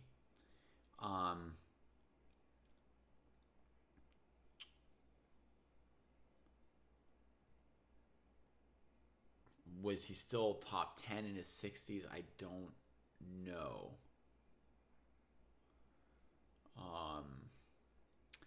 But yeah, players with like the most obvious longevity story, I would say Philidor would actually be the top of them. Then you have to consider Emanuel Lasker. How old would Lasker have been in 1924 when he won the New York International ahead of Capablanca and Aljechin? I mean, he won the World Championship in 1895, I want to say, as like a 25-year-old. So if that were right, he'd be born around 1870. So he'd be 54 years old and have been among the top 3 players in the world and even won a tournament ahead of the top 2 players. So he would be up there in the conversation. Was Lasker avoiding Capablanca? In a match for a long time, yes. But in the New York 1924 International, he was not avoiding him in tournaments. And then Smyslov and Korchnoi. Those are the 4 big names that come to mind for me in terms of longevity. And honestly, it might be Philidor number 1, then Lasker number 2, then Smyslov number 3, then Korchnoi number 4. Out of those 4. But that said, that's from oldest to newest, meaning Philidor had the least competition, right? The least competition.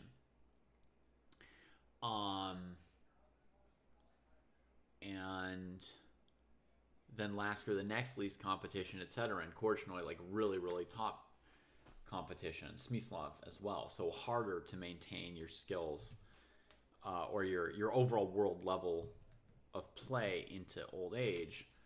It depends on how many good players there are. So it definitely is tougher and tougher and tougher to be that amazing, longevity, long-lived championship level player.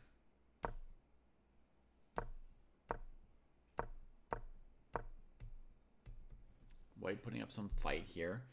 Any player right now, asked Dabo. Aronian's too young to be in that kind of a conversation. I think Aronian's like, I don't know, 42 or something like that.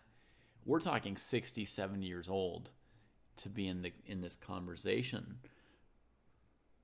And, you know, very few players keep playing at that age right now. Very, very few. From the past generation, you know, Shirov and Ivanchuk are still playing pretty decently and pretty actively, but they're not, you know, top 10 or top 20 players. You know, Shirov nor Ivanchuk is going to make the candidates. And I think they're still 10 years younger than Smyslov was. Anand's getting close to that age, but he's not playing Icy Stun, right? He plays like 3 games in the Bundesliga per year. That's not really playing.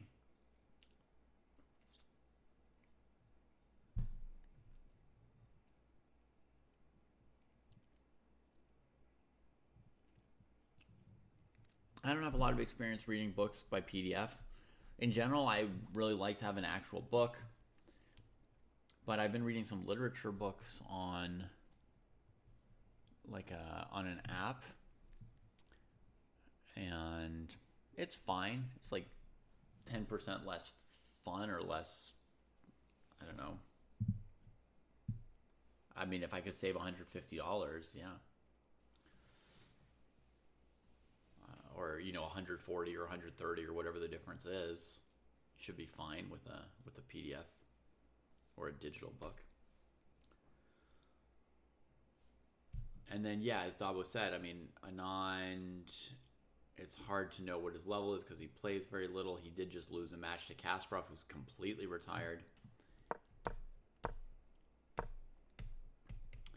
Player's doing a fancy corresponding squares defense here from Lord Scuba.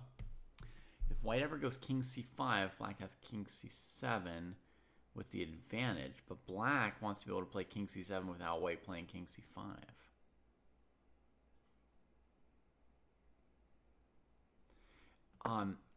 Why in this position would black not play c5?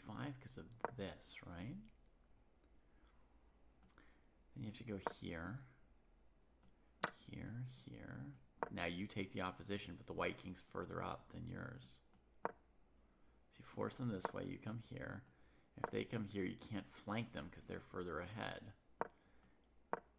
So it's still a draw. Seems like black can't win here.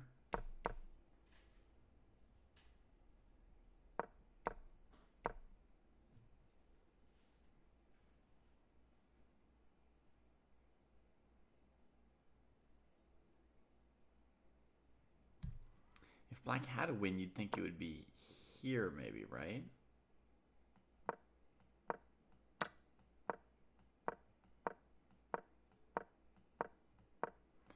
With this idea, you know? In this position, there's one try here. That doesn't work because of this move. Queening with check.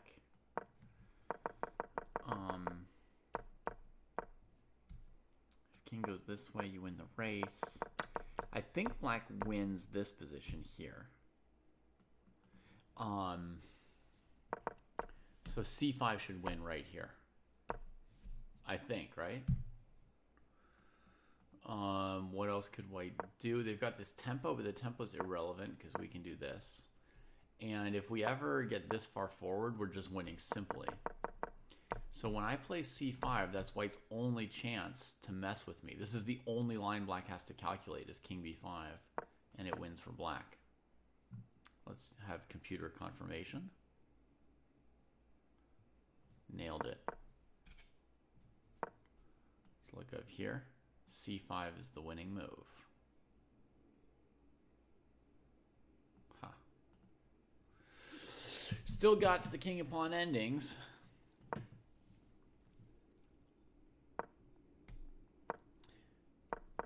Okay, so what happened in the game? They came back around to this position and white backed off instead of going king b5. Wow. Third time around, Iran came around with the king to d6 and did play c5. And Viral Stigma thinks there could be another way to win this endgame from the very beginning, which is to go to the king side. So here, here, and then here, here. That does look like an obvious win, Viral Stigma. Let me double check it for you, okay? c5, g4, c6, h4, b5, g3, a5, g2, king b6, h4, a5, h3, a6, h2, a7, h1, a queen check, possibly a draw. c5, g4, king c6, h4, king g4, king d3, king a5, king d2, king b6.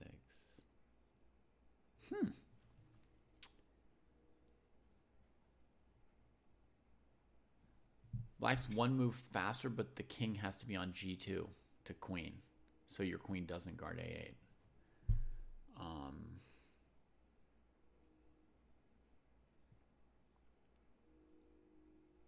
One other possibility: king c5, g5 takes, king c6, king, king's on g2 again. It's a draw. I'm sorry, Viral. It was a very good solution. It should normally work. You should normally be right. But to me here, the only winning line was king c5, c5. Which Iran found after like 10 moves of trying to triangulate here. Here's the game. You see this attempt at triangulating takes a while, doesn't really do it. Gets back to a position he had earlier. Plays c5 this time. Now black's fast enough, although this is not the safest way to do it. If your opponent backs up this way, you don't need to calculate a race. If they give you this much territory, play king c4, king b4, king a4. Do not, like... Yes, you should be able to calculate king and pawn races. I recommend you be able to do that.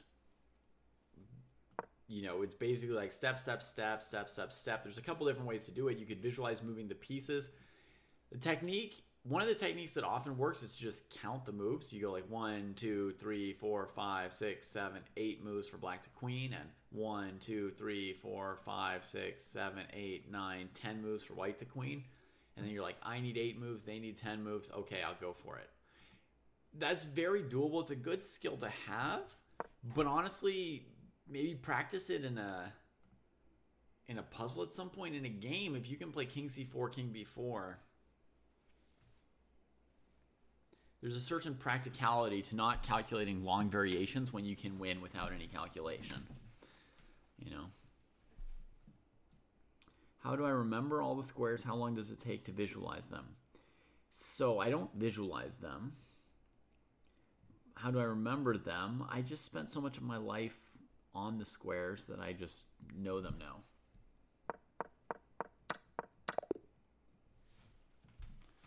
All right. And Iran takes down the king and pawn ending. after a lengthy battle. Bravo to them. Now, let's check out some games in the 1600 plus section, right? Now that we've spent over an hour down here. GG, Lord Scuba. We saw so much of your game.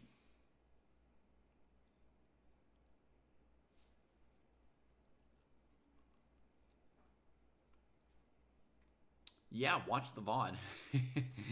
That's my tip. Watch the VOD. We watched very, very, very much of your game.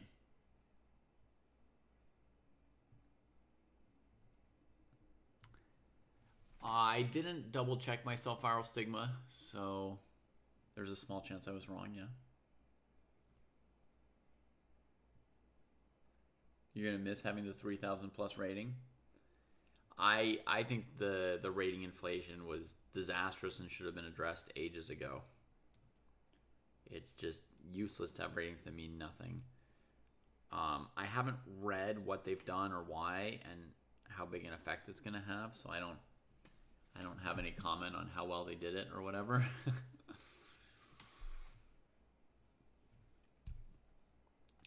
Marshall, you asked the question earlier, right, about solving tactics or puzzles but not being able to find similar tactics in your games or missing them and how to improve on that. And I had a follow-up question for you before I could answer that question, which was, what's your current level, like rating level? If you would like an answer to your question, I'd be glad to give it. I just need to know where you're at. They pretty much want it to be close to your rapid rating. That would be great, ZJ. On average. I mean, it should have a variance, right? To show, on average, it should be the same. But there should be some players who are higher or lower, then they know whether or not to work on their tactics or not. You didn't disappoint us, Lord Scuba. You used your time very well. You played a great, interesting game. And if you want some tips, I recorded an hour of tips for you. Or not exactly, all just tips for you, but, stuff that you can, my thoughts, which you can compare with your thoughts and get something out of.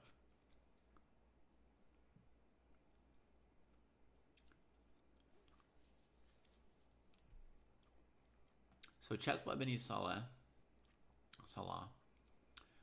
is considering this bishop b1 move. It allows rook c7.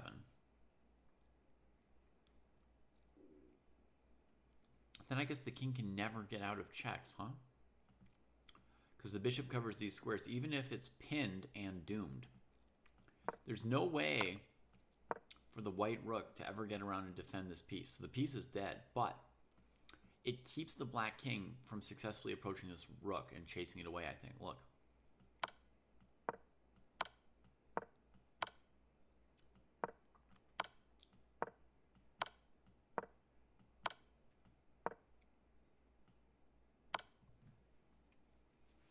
Tremendous, no? Incredible.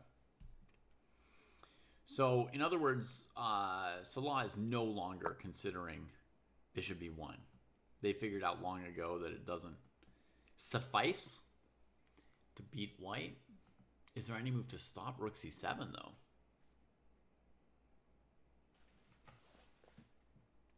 That is my rating. Marshall, I don't see what is your rating. I just see the comment, that is my rating, David, at this point, and it doesn't have a rating number in it.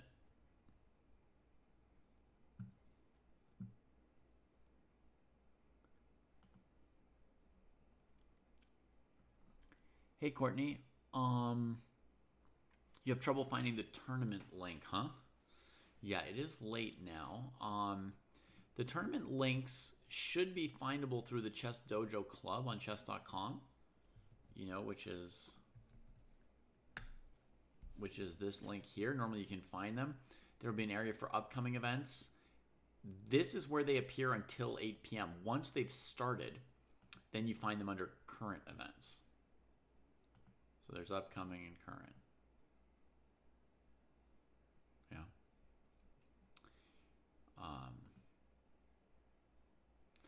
The problem with bishop b1 icy, as I see it, is that white has a draw by repetition with rook c7, rook c8, rook c7, rook c8. The king can't approach and stop the rook from checking him because this doomed bishop is still covering these two squares. And if the king tries to get out at h6, there's rook h7 check. Seems really actually just kind of clear, nothing else. 1675 USCF, 1765 rapid. Okay, great, Marshall. So to have that rating, Marshall, I'm going to assume that you've got a pretty good knowledge of tactical patterns. I assume black's playing to win icy stun because they've got 3 pawns against 1. But if there's no way for black to defend these 2 pawns from rook c7 and rook a7, then maybe the game is just a draw already, right? That may well be the case. But I mean, technically with 3 extra pawns, you know, yeah, I imagine you're looking for some way to have the advantage. But I think bishop f5 was very strong find by Concord, and I don't see any way for black to win. It looks like a draw to me now, but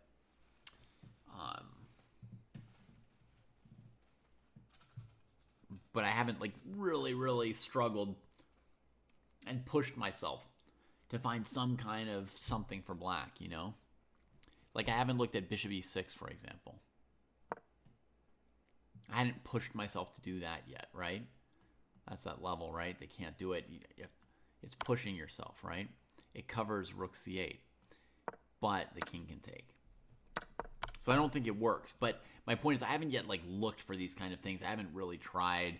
I noticed rook f5 as a move. I didn't think it was a way to defend c7, so I didn't look at it deeply, but I could look at it harder. You know, I don't know. I don't really see anything for black to do here. But let me answer Marshall's question. So Marshall, I assume you've got a pretty good repertoire of tactical ideas. You might know some ideas like if you've got a knight on e7 against a castled king, you can play queen h7 check, king takes h7, rook h1 checkmate with a false back rank using your knight on e7. You can probably calculate some variations like at the beginning of this game that I was talking about, like in this position here, you can probably calculate some moves like knight takes e5, attacking d5.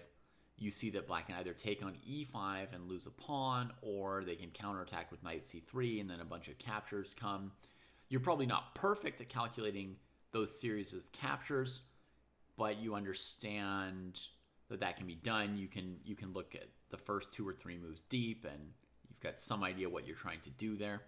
Those calculations get difficult for lots of players, but you could start doing it. So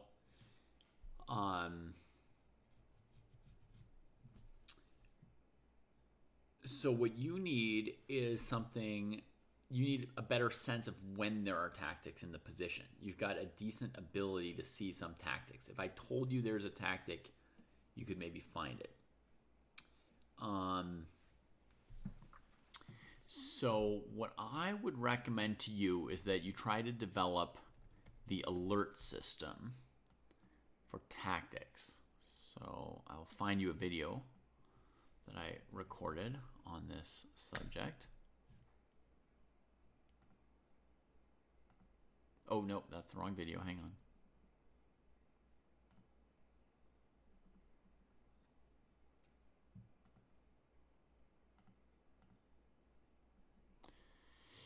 This video is designed to help you create for yourself and replicate basically an alert or warning system I have. You know how they've got alerts for when, you know, a tsunami might come or a hurricane might come or things like that, right? So I've got like I innately or whatever have a warning system that goes off when I think my opponents might have a tactic or I think I might have a tactic. And I came up with a way to think about that and for other players to train themselves to have that same alert system. So try that video.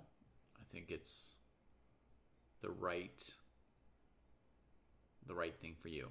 You asked for a tip. I think that's the right level and the right, yeah, or an air raid siren or something like that, right? They test this emergency broadcast system in some places, you know, once every week for like 1 minute, Wednesday at noon or Tuesday at noon or something like that, right? So I have a similar alert that goes off when I think there are tactics. You don't have that yet, Marshall. So this video is designed to give it to you.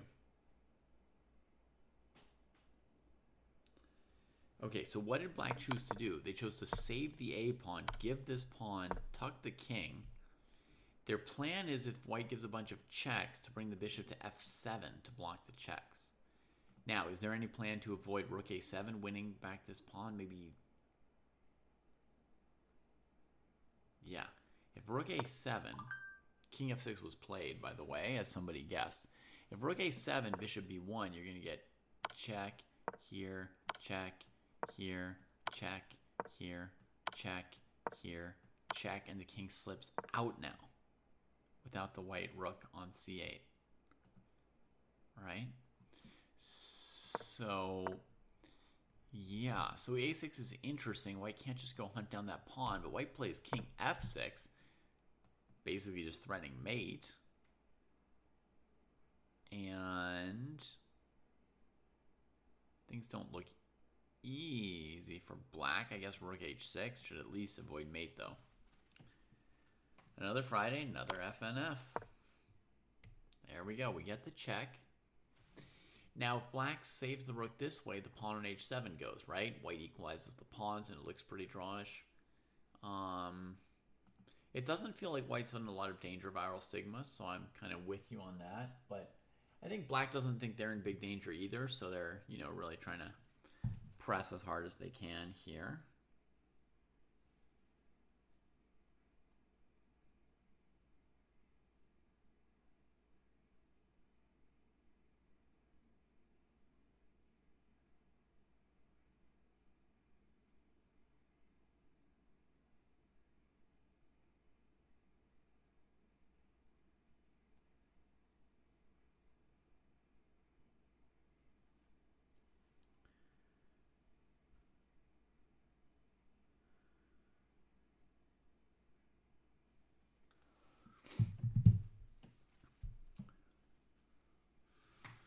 Rook h2 played. Okay. So as I see it, white could maybe go for king f6, but they played f4. Is that white playing for win, being ambitious? Against king f6, did black have anything other than repeating? f4.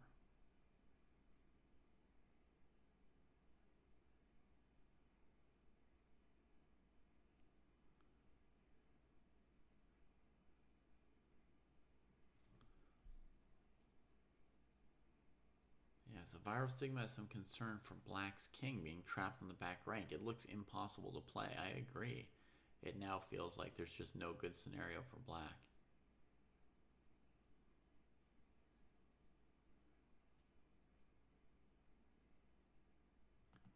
King h8, bishop g8 to try and keep the game going, yeah.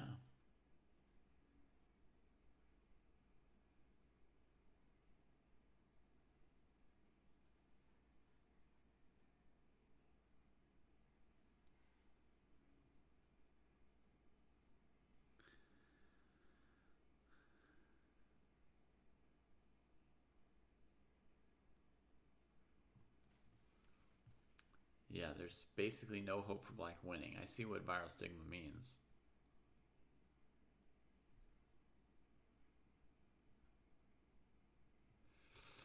Yeah, I think black thought, you know, I can't lose. It's true with good moves, black should never lose, but I guess the other question to ask yourself, is there any scenario where you win? And really there isn't, you know?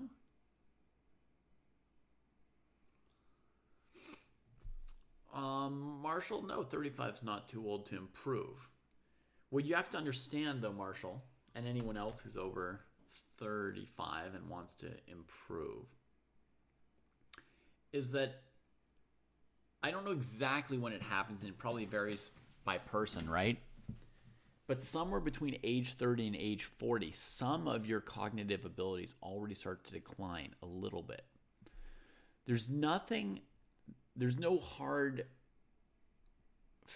biological fact preventing you from improving. But your improvement needs to outstrip your disimprovement. You see what I mean?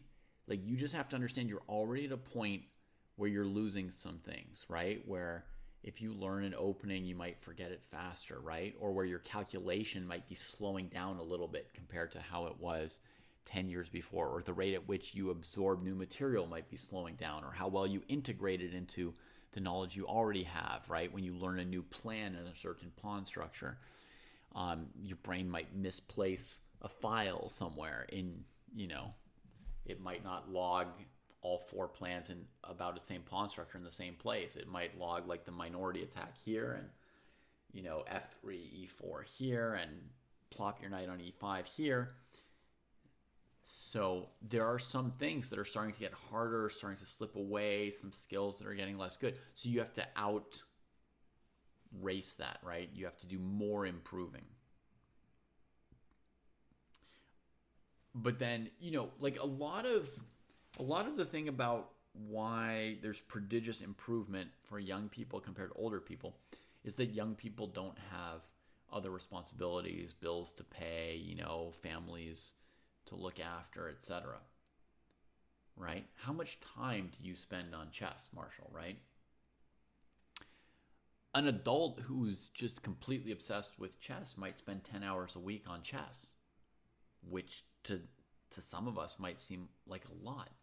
But when I was in high school, I was probably doing 60 hours a week of chess.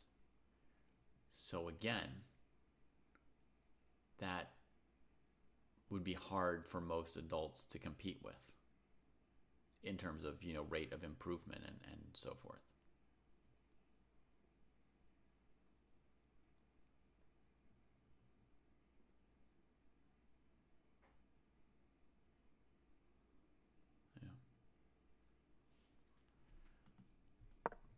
Okay, bishop f7 was played. I was thinking of that move. Bishop g4. Boxing out the rook a little bit. Some ideas of maybe bringing the pawn to f6, and then you can go on the attack. Because the king wants to get out of here this way.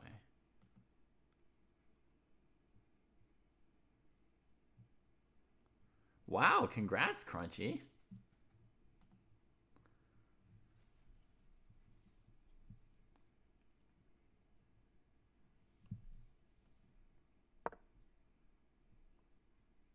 H5, just looking for breathing room for that king.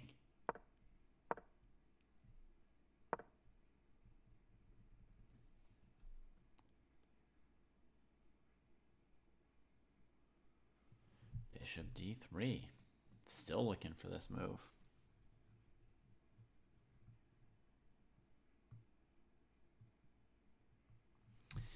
Black plays rook b2 because now that they've played h5, if king f6, black no longer has rook h6 check, right? The pawn's blocking the rook's access to the third rank. So the rook switches sides to be able to defend its king from incursions by white's king. So white's king's not going to be able to do this job of sort of checkmating the black king against holding the king to the back rank in order to checkmate. So white needs the pawn here. So white moves the bishop, preparing the pawn. I could see black trying to harass this bishop to try and keep white from finishing the plan, but note that white is also threatening to just clean up this pawn, which is, one less hope or asset for black for sure. Alexander points out that against rook g2, king h6 now looks nasty because the rook can't get here, can't get here. King f6 looks just as good as king h6 to me, Alexander. I don't know if you calculated a specific difference, but this also has back rank mate threatened, plus the king may threaten this in some cases.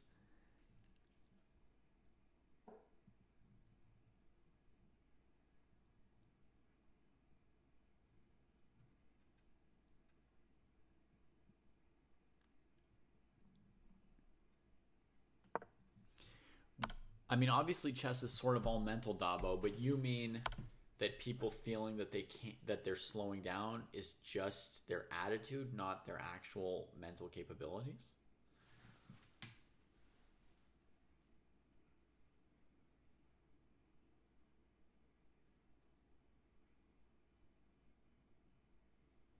I mean,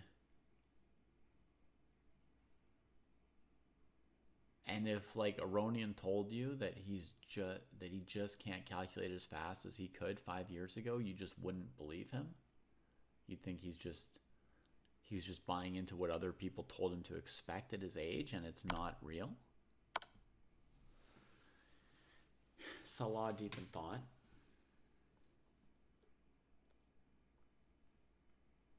The mind is strong. I agree, but the mind is also, partially biological, right? And there are limits to all biological thingamajiggies.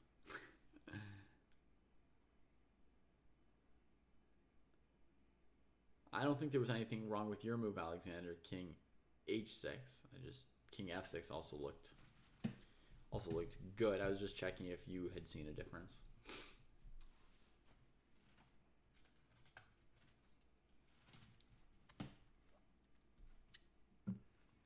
When I see a little heart in the YouTube chat, does that mean that somebody like put a like on our stream or something? Because every now and then over the YouTube chat, a little heart will just kind of flutter up.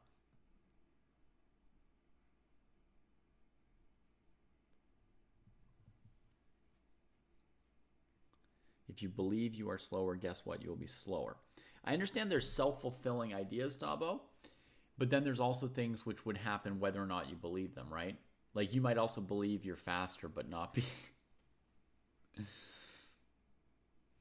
Okay, I just saw one more heart, so I'm going to do an experiment. I'm going to refresh it and see if it ticked up by a heart. It ticked down by a heart. Okay, so it's just a chat emote thing. Gotcha.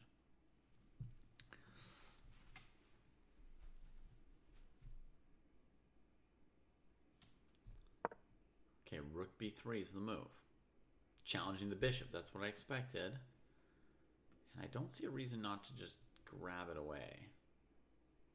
Oh, now I see all kinds of little faces flying around in the chat. That's cool.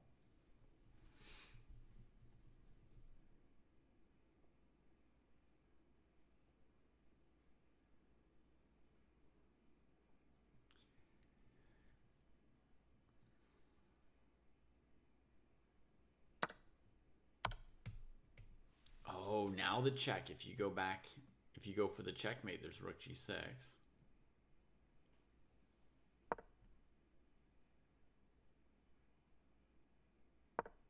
And there goes the counterplay. So that puts white on a timer to checkmate black's king, right? Here he comes. Very strong play from Salah. The counterplay's coming. Rook g6 is available for now. White, we need the bishop on d3 here, diagonal, to make progress by covering g6, but the rook's covering d3, so it's very slow to get the bishop into position to do anything new here.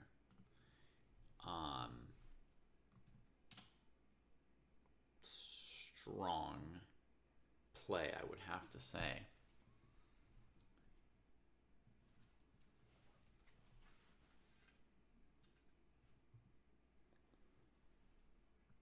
You had an opponent resign by surprise, Courtney? Surprise resignation. It does happen now and then. Online, there's a small chance, which you don't get in OTB tournaments, there's a small chance online, if someone resigns in a good position, that they just had to go. And they thought, like, for them, that's the most polite thing to do. They don't want to beg you for a draw or ask you to resign or just abandon the game, so they just resign. That could happen occasionally in an online game. But the other main reason is sometimes people don't realize their position's good, you know? Sometimes they resign because they think that they are in trouble. And they're not.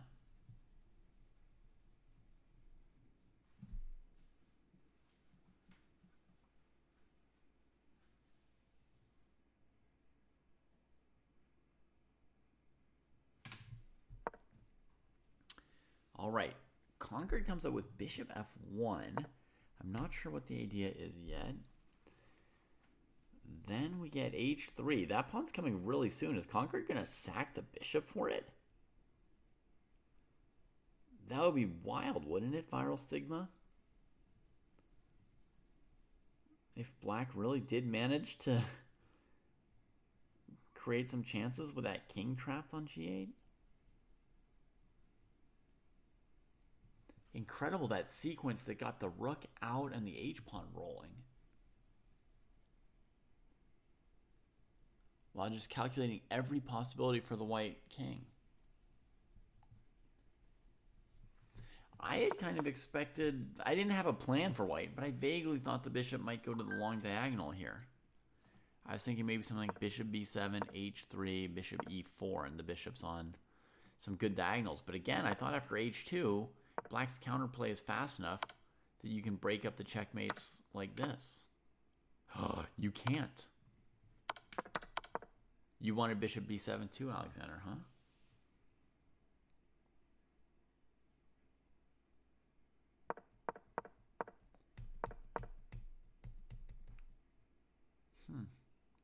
So bishop b7, that's a funny variation, isn't it? Bishop e4, h2, king f6. Going back for the checkmate. And actually, it's in time. Even this move, white takes and mates. So bishop e4, bishop g6, not pushing. That's a good move. Thanks, Kaylin. So now, wherever the king goes, Black can trade the bishop and push h2. Yeah. White's taking some risk here, and here I guess there's f5. Yeah, I guess white can still draw with king e5. It doesn't matter too much. It should take a while to lose this. Oh no, there's rook g1.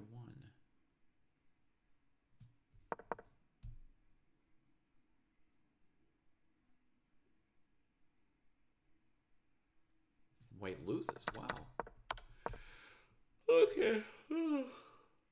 We can definitely still lose. Always possible. So bishop f1, h3.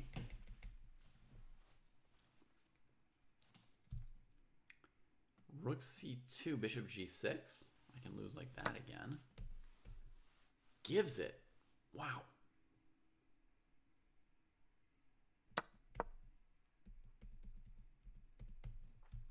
White wants the pawn here and the king here, and like hoping to still keep the black king stuck. But yeah, amazingly, black now faces winning chances. This move, white can't play f5 because of bishop g6, I think. So you could push that king away a little bit. Pretty surprising, huh, Stigma? Pretty surprising that black managed to get such chances out of this. Wow. Very fine endgame play. Let me make sure I understood how it happened. Check and back. Okay, white could play king f6 with the repetition. They're kind of both playing for a win, which is part of what makes this endgame so exciting. When both players are really trying to win, then stuff happens. So this odd move to move the f-pawn, yeah, it just totally makes sense. I wonder if bishop e4 could have been a better move. Maybe black attacks it. No. Bishop e4, rook here, king here wins for white. No. The rook can block, huh?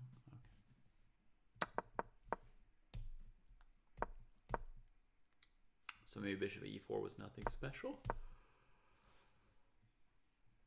Rook comes around.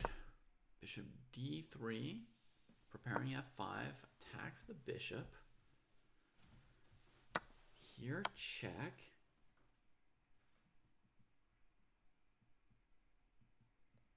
Maybe here white should have played king h4. Kept the pawn under control.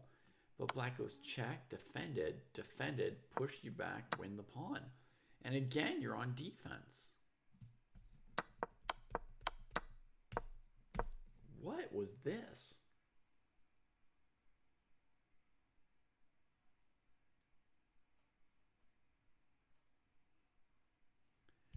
Rook takes f7 is playable, you know, here.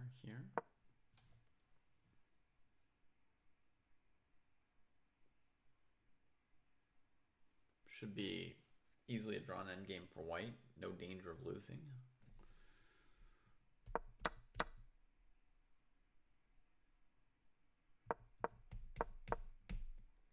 Grabs the pawn, this check. And yeah, and then the H pawn is dangerous.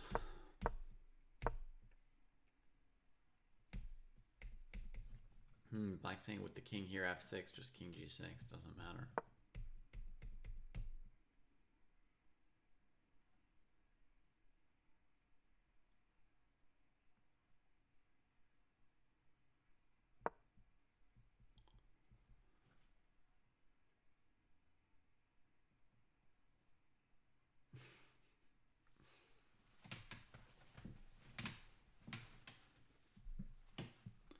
Stalling is not that amazing a resource to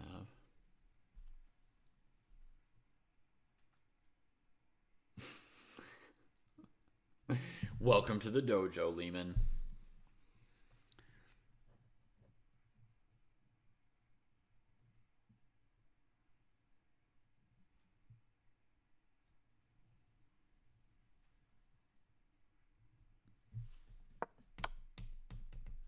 I mean, potentially you could finish the game with time still on the clock. All right, cuts off the king to keep the king from getting out and attacking this pawn. The first step for black is to win that f5 pawn. Then you can try and checkmate with the rook and bishop. If we want to win that f5 pawn, the first step might be to get the bishop around somewhere like this, where it attacks the pawn from behind. And if they try and perpetual you, you can just sort of walk your king out eventually.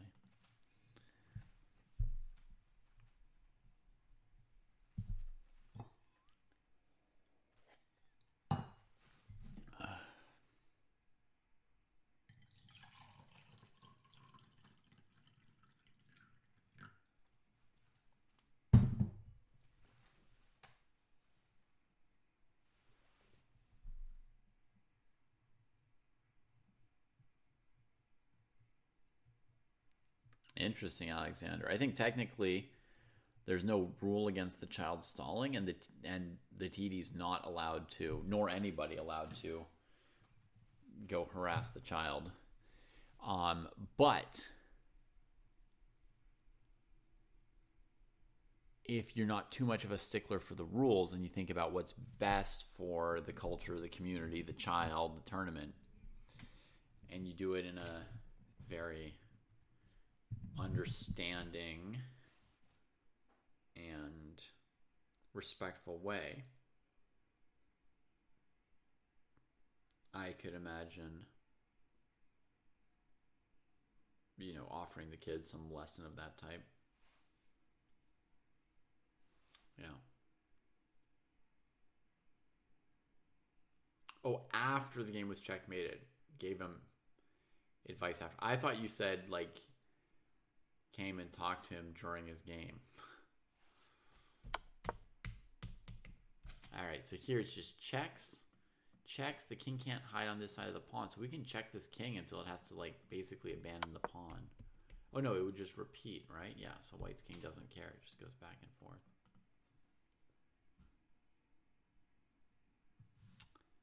Yeah. Fair enough, Alexander. I mean, definitely talking to the kid about it after the game, very important, you know. We all need to get our education somewhere, right? So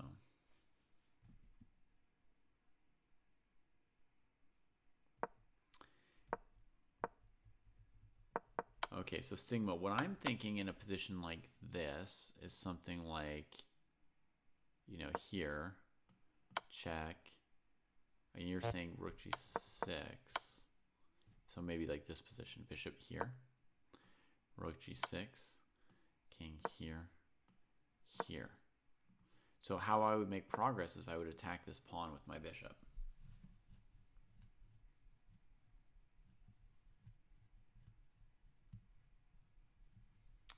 And my threat is to at some point check the king, you know, force it either away from the pawn or to f4, then check again. So as soon as my bishop's here, I'm threatening to win this pawn. Oh, but look at this. Draw. Perpetual right here. We can check on all 3 squares defended by the king. And if they ever go to the e file, rook e6 with a draw. Beautiful. I didn't see that coming, Byro.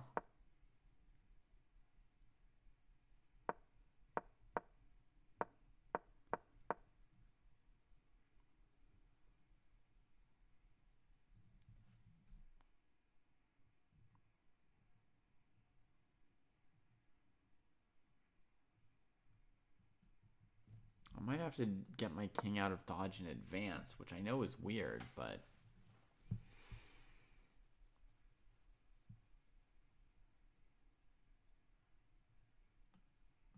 maybe this move. The bishop can't go this way because you still have this. So you force it, you know, back like this. Maybe even keep going after it.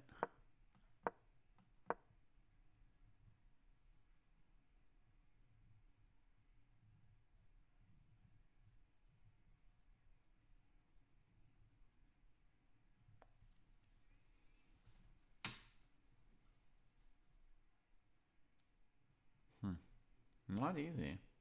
Yeah, it's not easy. Not easy at all. Let's see where their position is now. Long line, rook f1 played, rook g1, king f8, king e5.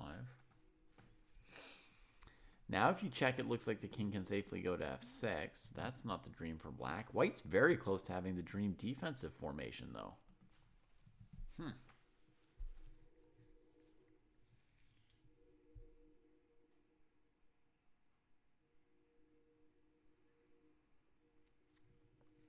Did not expect white to still be okay here.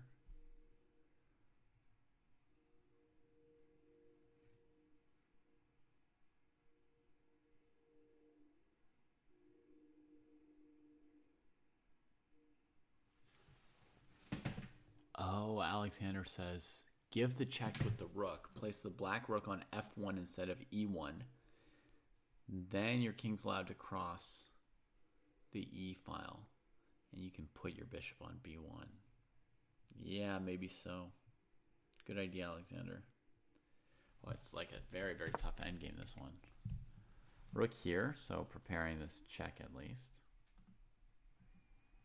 But white can maybe just wait for now.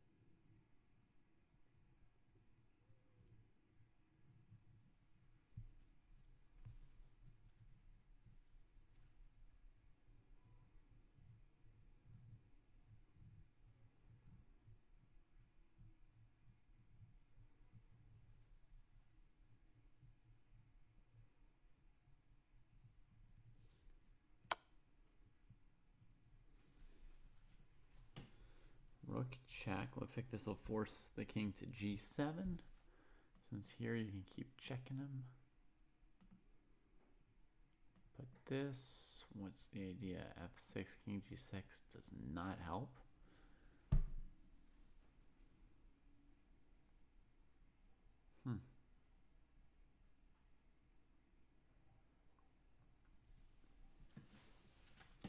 Hey Marshall, you can only work on so many things at once, right? So if you're working on your tactics, you might not be able to work on multiple openings. You could try playing one new opening for a while, but if you tried to switch all your openings at once, it might be hard.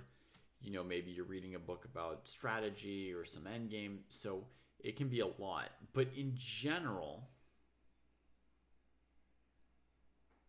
in general, you could probably get to 2,000 with a very limited repertoire, as you say. If you have ambitions of being a master at some point, that might require you to like diversify more. You know what I mean? Like when it's diversifying, it's really just the point is broadening your chess understanding by playing different types of position, right? King G7 here.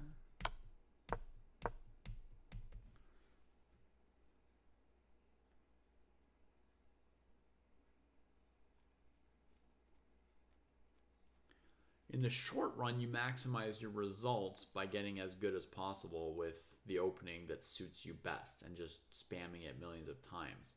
But if you look at more long-term development as a player,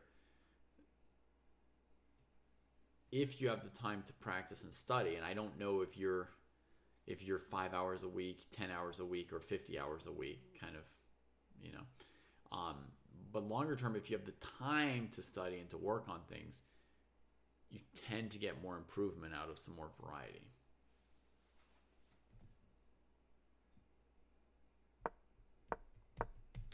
Oh, very interesting, Dabo. You've started. So tell me, like, tell me how the games have gone vaguely. Tell me anything you can about the games.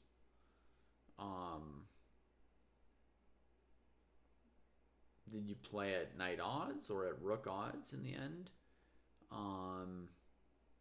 You know, did you play white or black? Did you blunder things or have long games?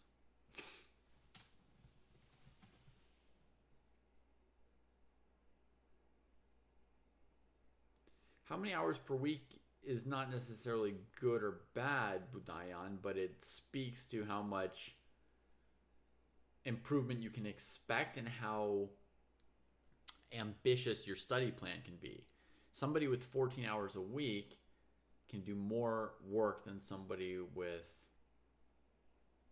8 or 9 hours a week, right? So they can be more ambitious, and somebody doing 30 hours a week can make an even much more ambitious training plan.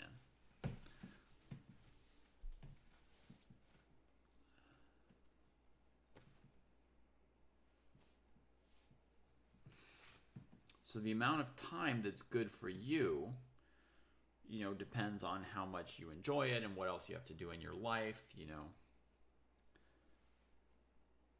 Are you still finding time to sleep and prepare healthy food for yourself?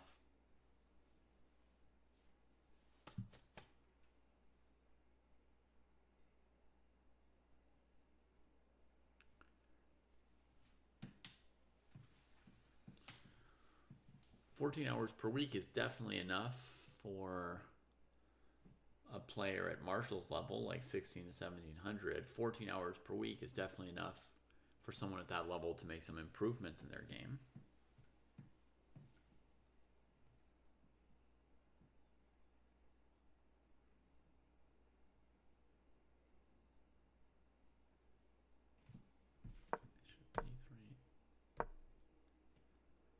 Okay, so the bishop comes around and attacks the pawn from behind.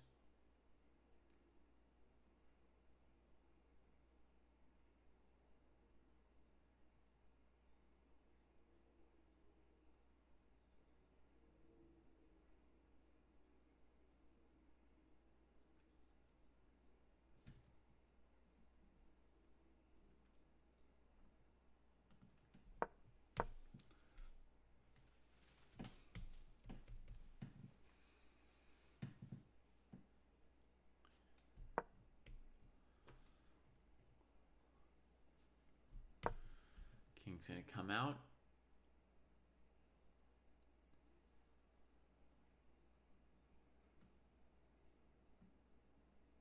And start to cramp that black rook a little bit. The white rook a little bit while keeping white tied to this. King might want to come here, see if he can push the rook off. White wants to hold this pawn here.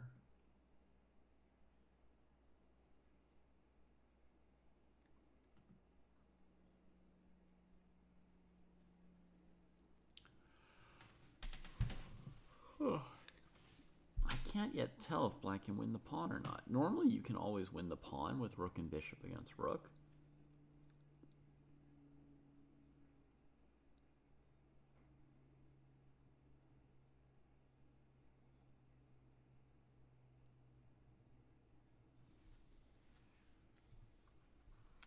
I mean, if the white king ever moves forward or anything, black can definitely take this pawn. So white can't improve the setup, but can white kick this rook off of here, run it out of space on this rank?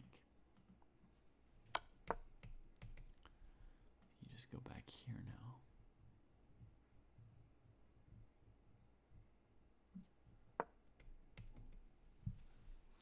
And then against king b6, the idea is rook a5.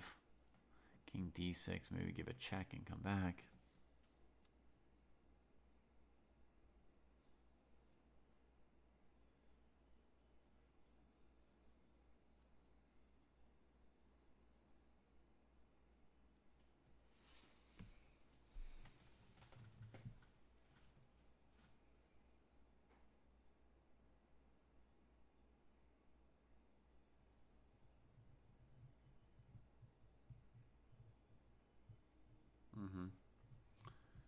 I hear you, Dabo. I mean, there's all kinds of things that go into our chess performance level, right?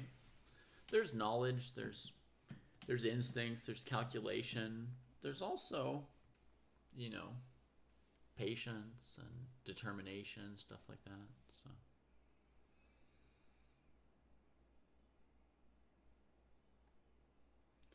maybe that's what's being revealed as something you could work on.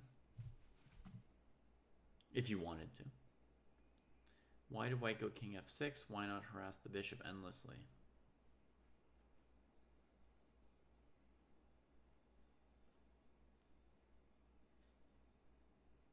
I don't know.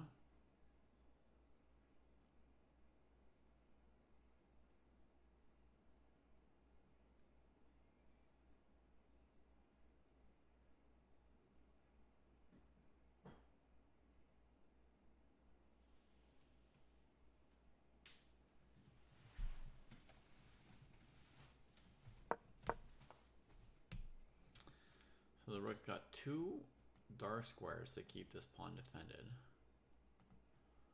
This bishop can check if the king goes here, so white can't do this and look to keep getting ahead. So I think white's just going to mark time with this rook, so we'll see rook a5, etc.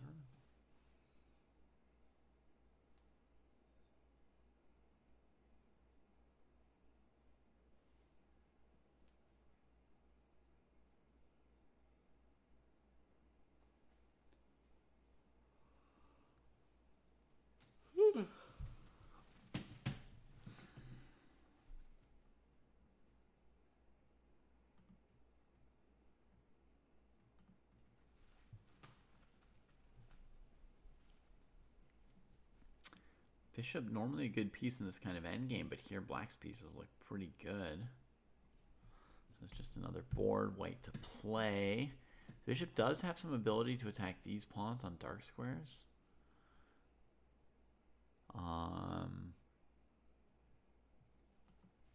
But frankly, you know, I feel like black's in good position, active pieces. Very risky to go for knight d2 trying to win this. I don't know that black needs to do that.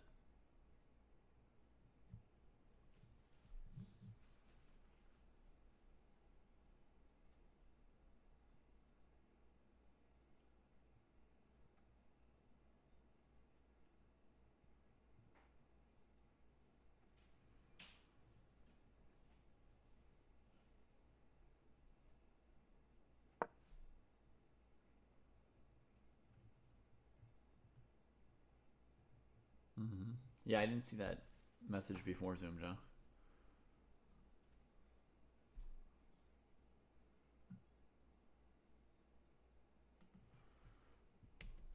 Okay, white activates the rook.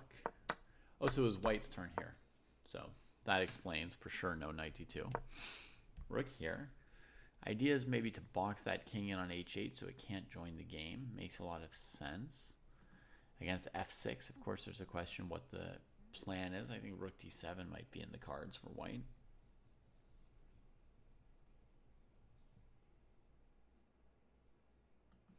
Actually, maybe you could also surprise black with check here, vicious. I guess rook check saves. But, I mean, saves how much? We're threatening mate and the c-pawn, so it's still worse for black.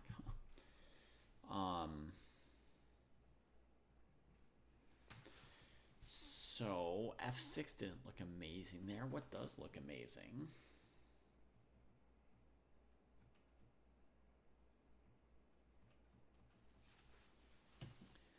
Could ignore what white's doing and play rook a2. Just be active with your own pieces.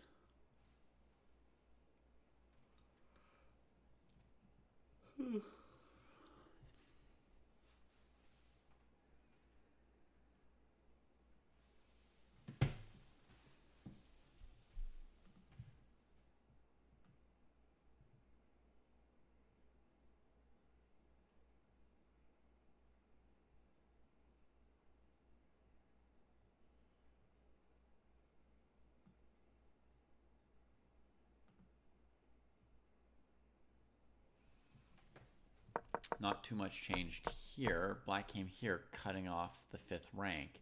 But now with the bishop not attacking the pawn, white can move the rook anywhere.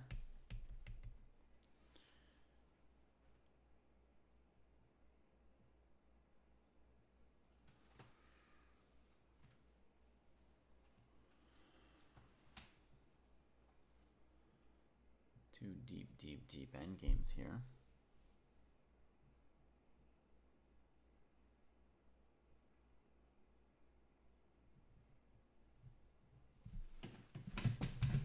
Just a second.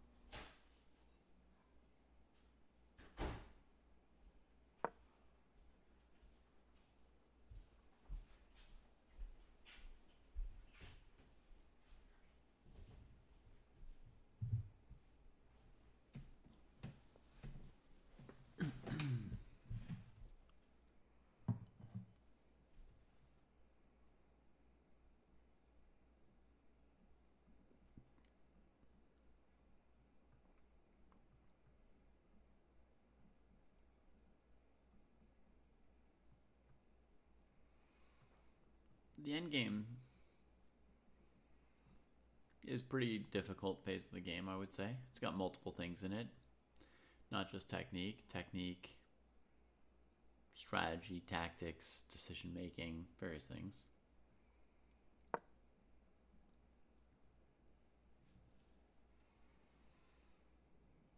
Okay, king g6 played. So the king got out from in front of the pawn in dreams of eventually attacking the pawn or avoiding perpetuals at least.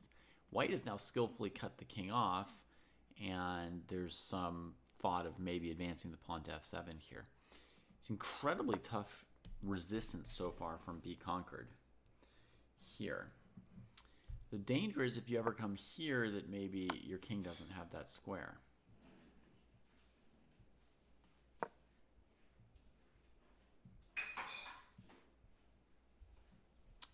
So rook a4 played, white thinking.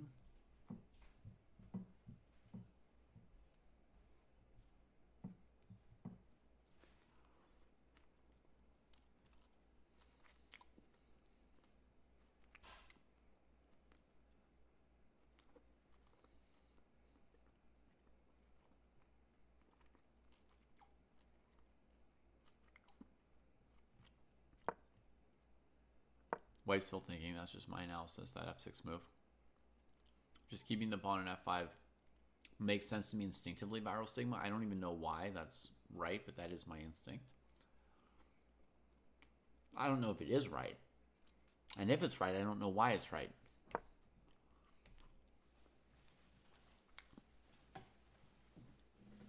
But Concord keeps it there.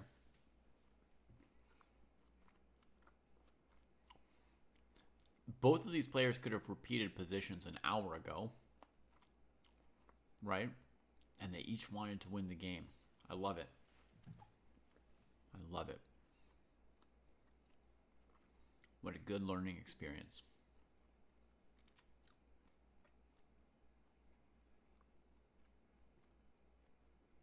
Mm-hmm. So you're saying like this, like your king can stay around the pawn more. So it's good for your king. It's funny because here the bishop can target the pawn. If you put the pawn on f6, a lot of people would think, oh, it's on f6. The bishop can't attack it, so I can never get out attacked and lose the pawn. But when your pawn's on f6, they can cut your king off from the pawn by taking away light squares and chasing your king. Very interesting, huh? Bishop e4.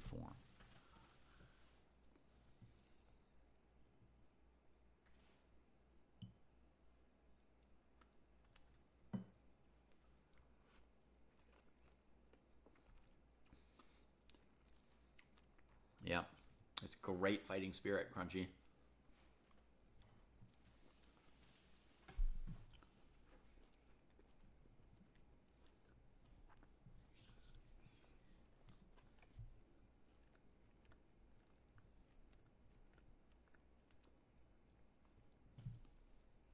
What would I do here? I see B conquered already made the next move. What would I play?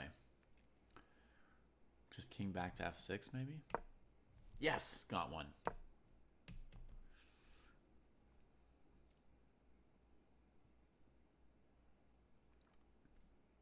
Now against this move, I'm thinking, shuffle the rook, maybe? Yes!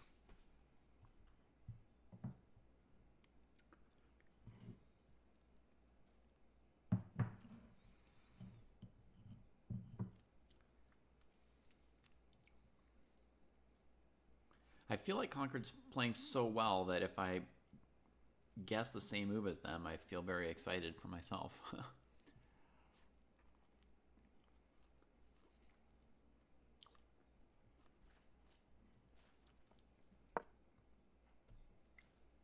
Okay, king d5.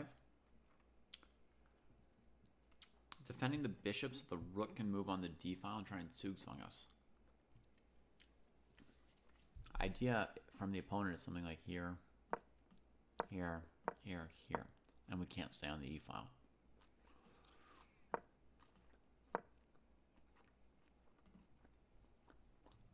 So then we get into this, but I'm not convinced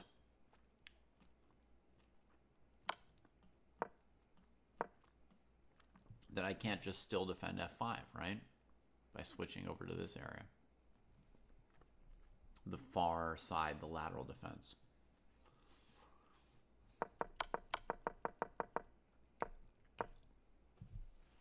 So I think that's the idea of the king, is to force the rook off of this e-file, take up territory with the rook, have this rook f2 option available, but I don't see how it beats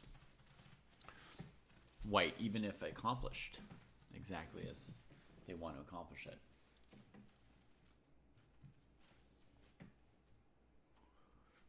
I think that's fair for you, Foos Chess, yeah.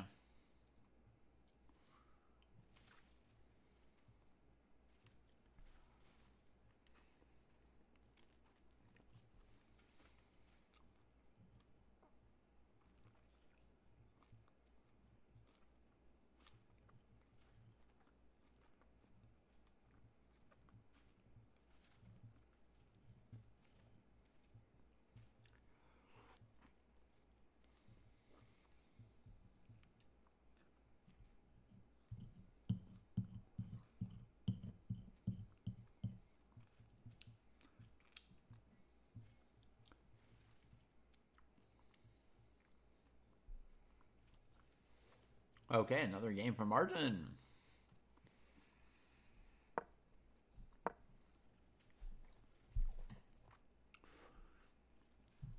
B Conquered really thinking this one through.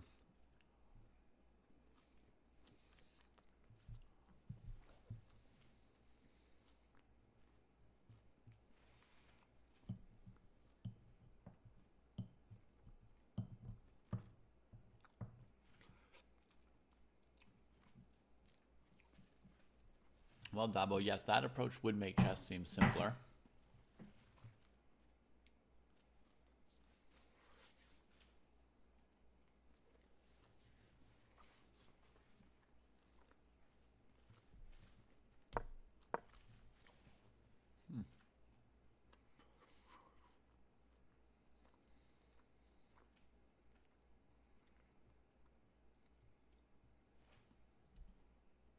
Is king g5 a simple draw now?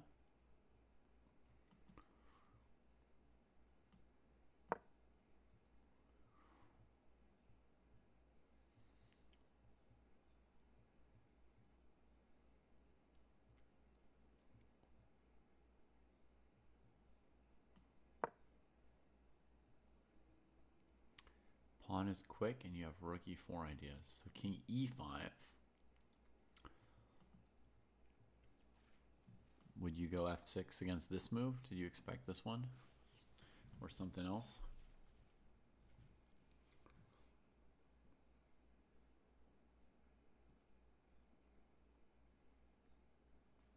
This is what you expected. Okay, so you were going to play f6.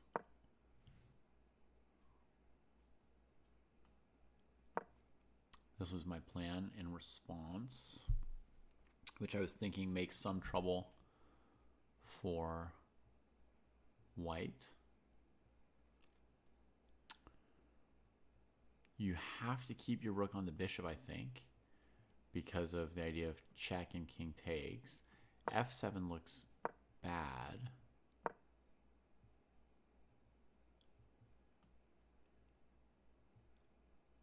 But maybe it's not even that bad.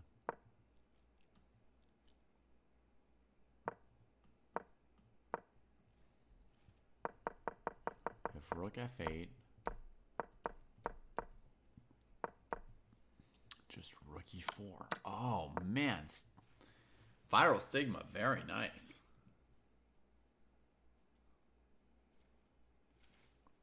Oh man, I really got to watch out. You even told me that that was what you were planning to do, didn't you? In advance. You're like, king g5 f6 with rook takes e4 ideas. Rook takes e6 1.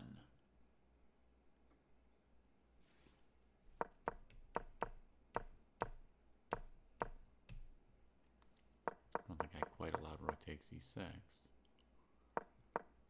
There wasn't anything on e6. Rook f1 played.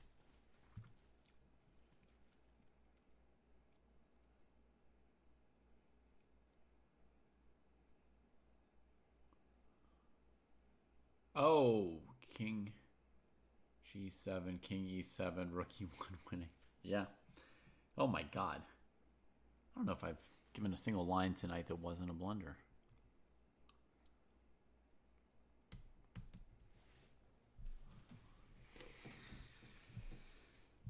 What a difficult endgame. Rook f1.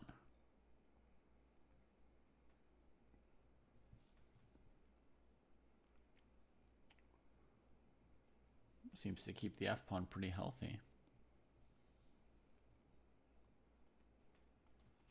And maybe there's a weird idea of playing rook f4 to tie black up a little bit. No, the rook could always move away if the king stays.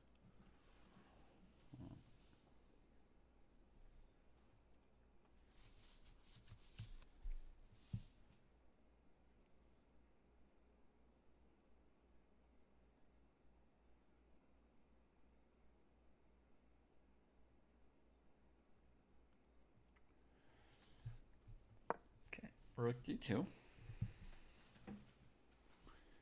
So, looking to maybe go to f2 if the rook moves off of the file. If the king moves away, come here, rook g2, press the king against the h file. So it's a moment to be careful with white again.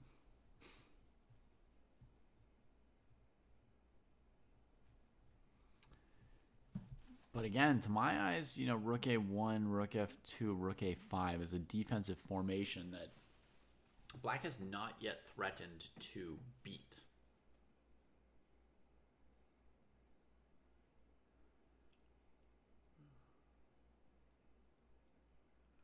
I feel like white held that formation for a little bit earlier. And black eventually put the bishop on d5, rook on d2 to get the king forward a little bit. So I don't think black did anything against this that looked scary for white.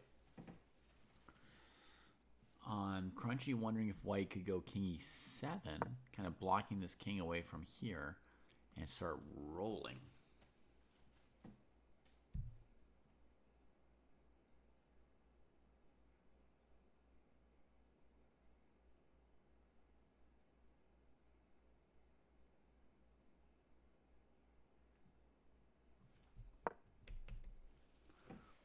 Rook a2.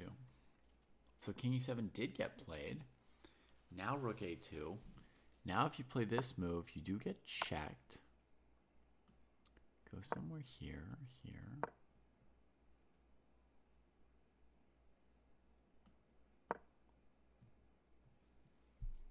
f7 looks fine. Let's see if I blundered again, shall we? Here, I'm planning this.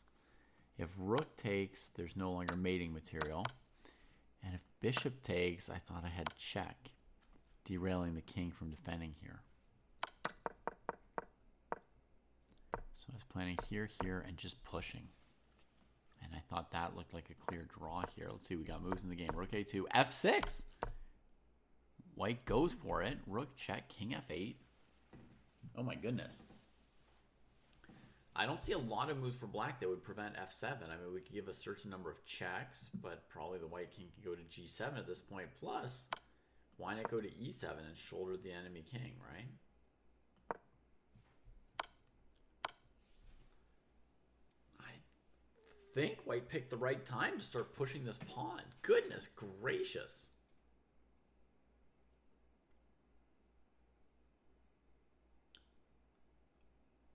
B Concord activated a really nice endgame defensive mode here.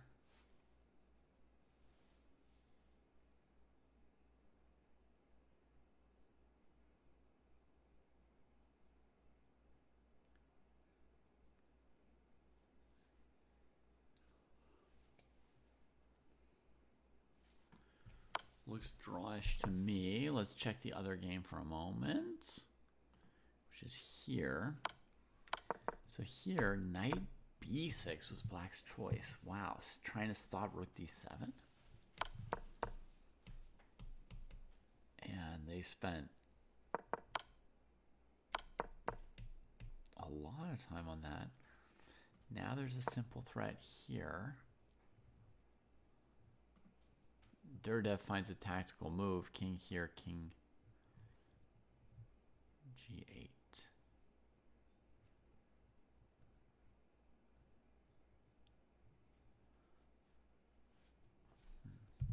So maybe just bring the rook back to d8 or c8. White goes to d8, kicking the knight. Rook c8 was also very logical, going after this pawn. Maybe more so, because the pawn can't run away as well as the knight can.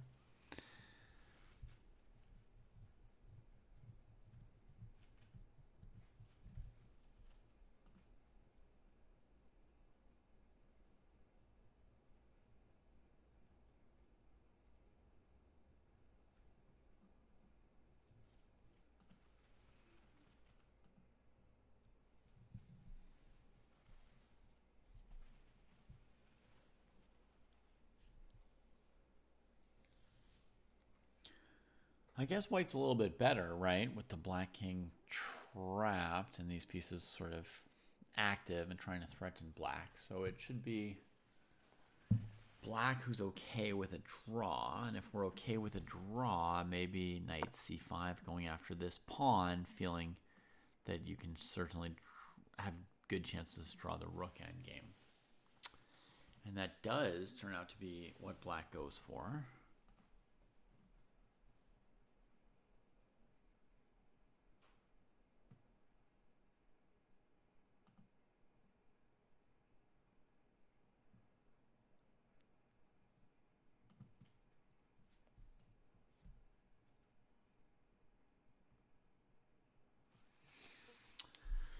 So bishop c5 doesn't look promising for white trading.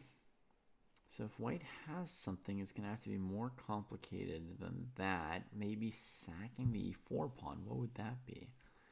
Rook d5, there's rook a1 check, right? We can't just go like this because here, check. Here.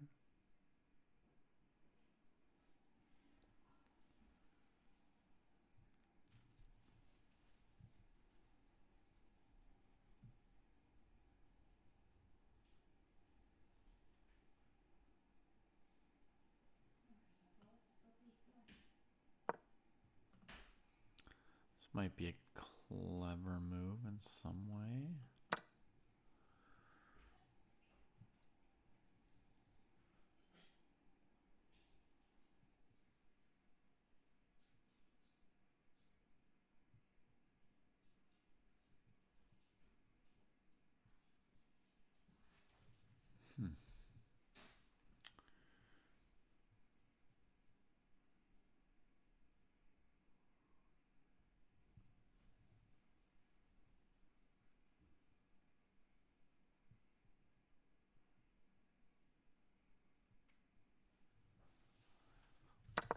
Yeah, that's interesting.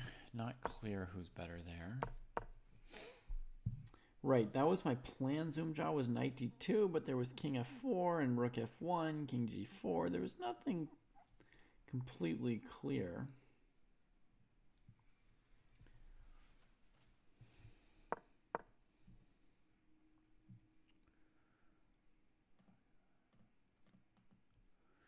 What else could white try? I mean, I looked at f6, but it doesn't look right.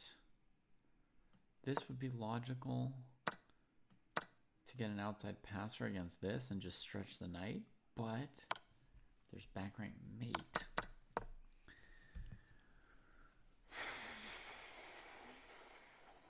So hard to allow that. Hard to just allow knight e4. Your structure starts to collapse, and then there's the back rank mate tempo.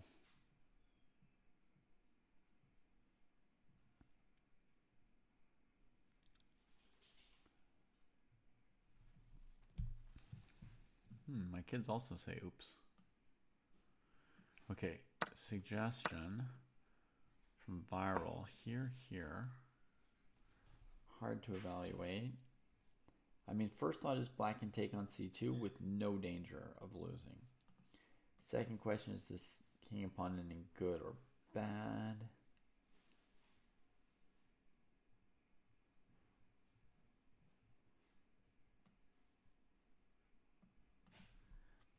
Yeah, I don't see that as being at all promising for black. Sorry, for white. No chance of winning like that. Maybe white just has no chance of winning.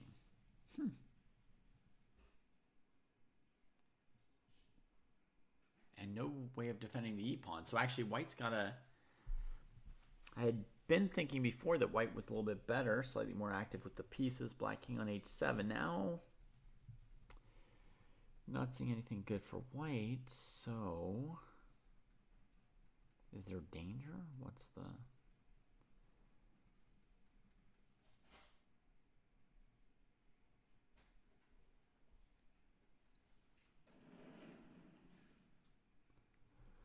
I mean, I guess trading on c5 and rook d5, the rook and pawn ending would be the most likely to draw. The king and pawn ending we have to check, though. Did I check it? Yeah. Of course not. It's late. Leave it to me.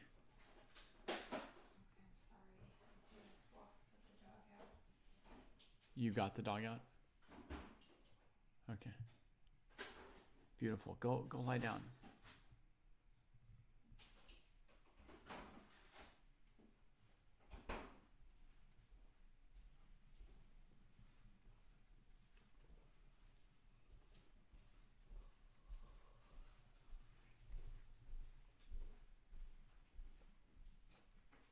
I think the pin is not very promising crunchy because of this line with here and taking this pawn with check. There's no pin anymore, and white's kind of scrambling. The black king's a little bit bad, but there's a chance that white will lose a pawn here. I didn't prove it before, because like I tried these tactics and they didn't quite win for black. So I didn't prove that black was good. Yet, there's other moves here.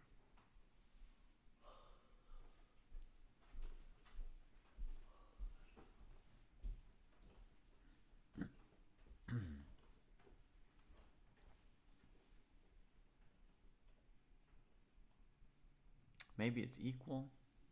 I don't know. It didn't feel very promising to me. White trades. Okay.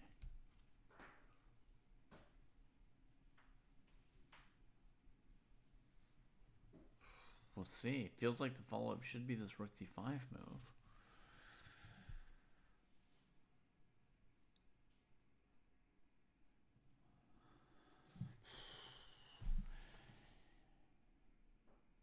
I'm having trouble calculating. It's so tired. The king and pawn ending looks bad for white. I'm afraid it might lose to go rook d5.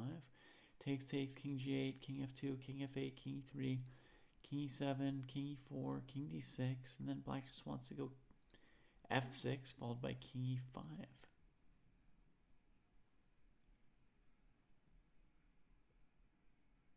Yeah.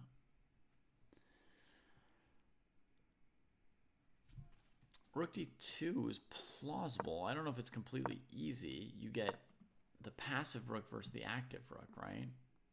And then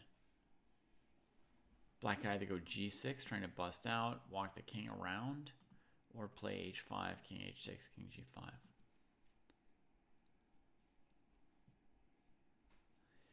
Maybe h6, h4 doesn't really get your king out and is the least, or h5, h4 is the least promising or likely to do something.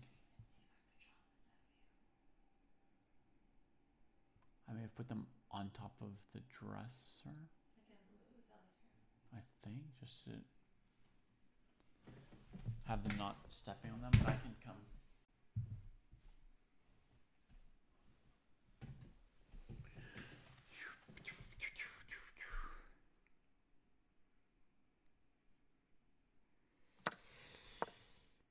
White hasn't moved yet. So Stigma, I'll show you on the board what I was concerned about. It was the black king coming to d6 and then c5. Maybe if you do this instead of bringing your king, you can just hold the black king at bay. But then there's also this angle of like king f6, g4, e4 here. That's a draw. Yeah, I was initially thinking, you know, king, king, king, king, king, king, king, king.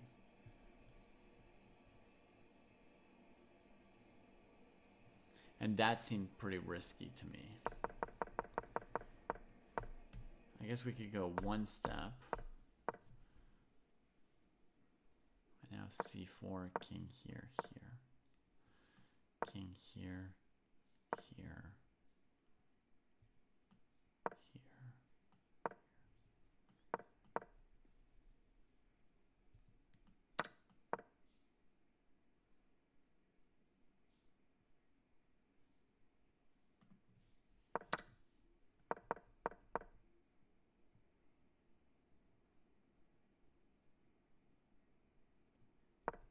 You have to wait till the black king's here for this move to be really powerful.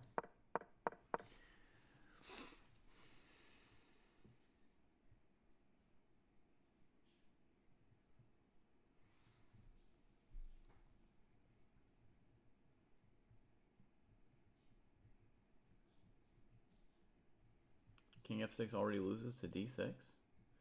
Oh, because you recapture on d6. You don't play the... I kept thinking this would be what was risky for black. But you can just do this and freeze. g6, g4. h5, h3. That's actually a little funny. I haven't quite seen this pattern exactly like this, I don't think. I mean, the basic pattern, this one, of course. I've seen a couple versions of it, but this trying to break out and just holding the pawn at f5 and then Zugzwang.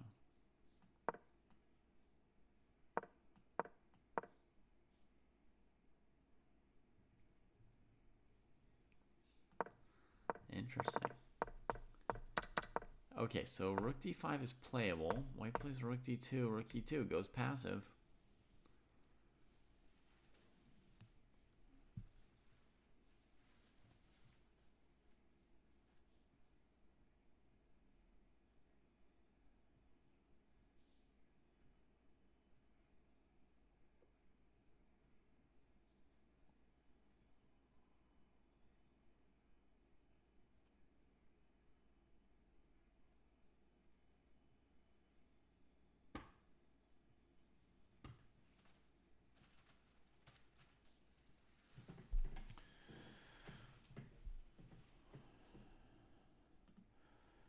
Our other game did end in a draw. Bravo to both players on this epic game. So we last saw it here. King e6 pushes. Bishop g6 checks the king away. This is where I was planning to just play this move, I think. But I hadn't looked at this. Maybe that's why white was unsure about it, but it still looks safe for white. But in the game, white now checked the king away. Then comes back and defends the pawn. Beautiful. Beautiful defense, yeah.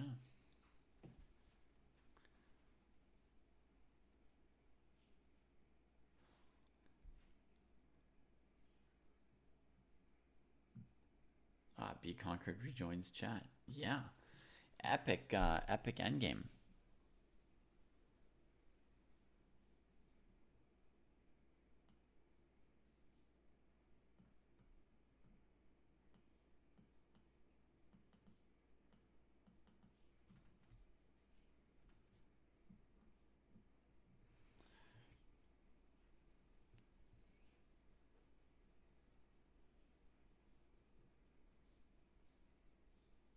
Opponent didn't just want to draw. Your opponent also avoided a draw in the end game. You were both playing for a win, as far as I could tell. That's what made the end game such a fight. You definitely tried very hard, Fisher Seb, but so did your opponent.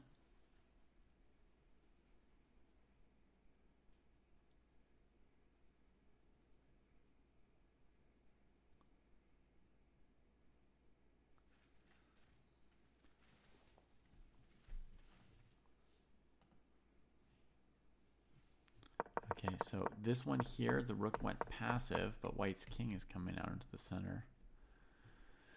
Doing some defense, giving the rook some chances now.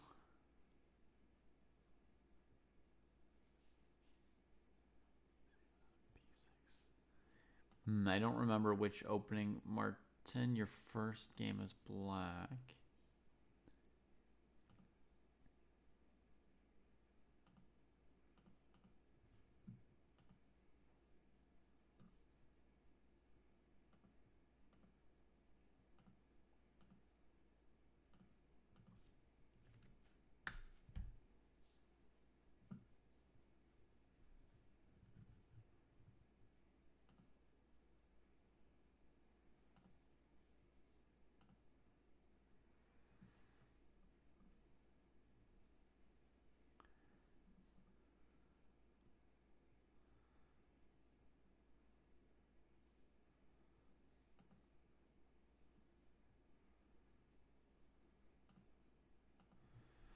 I did see the beginning of this game.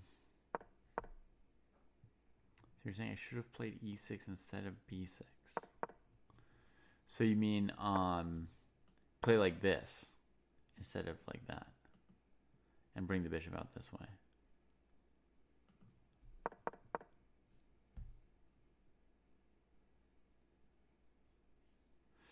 You know, I I don't actually know. I'm not I'm not any kind of expert on this. I know white could take B takes or D takes here.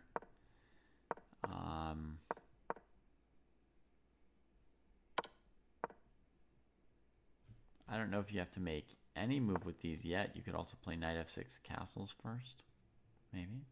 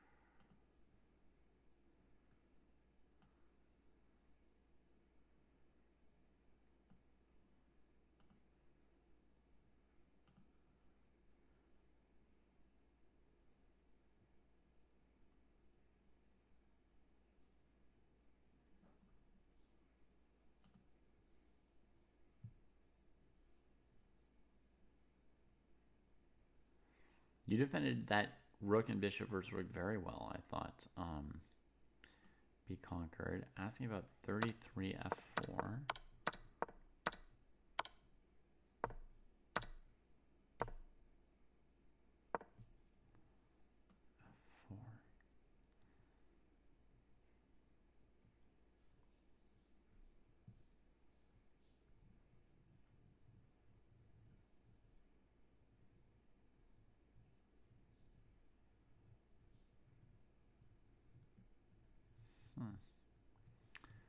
I don't see what the difference is, be conquered. I mean, with one pawn left, you're not threatening to win here.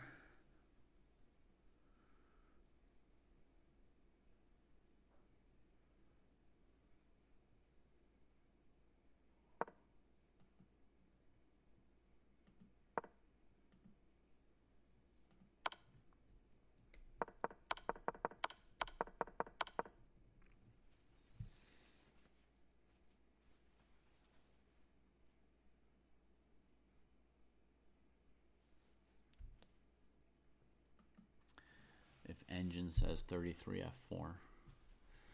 Yes, the engine is right about everything now, but 33 f4.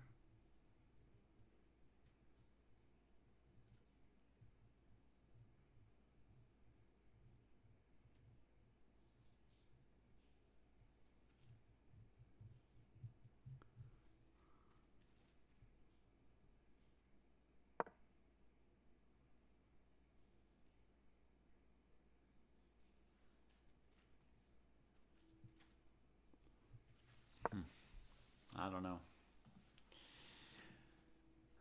I don't know. So black now avoids repeating somehow. And this game goes on. The rook can finally get out. And I'm going to have to crash. There's some kitchen cleaning to do before bed.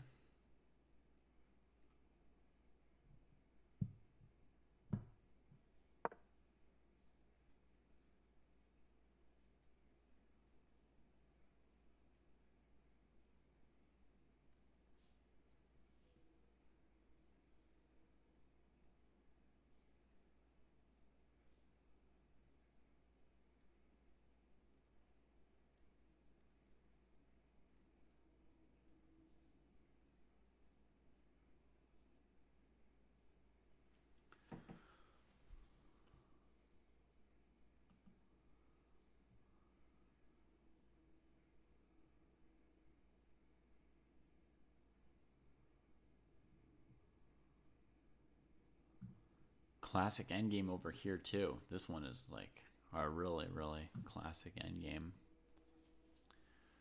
Rook and 3 versus rook knight and 2 like this. Very tricky endgame. I actually had it once in a tournament against a GM.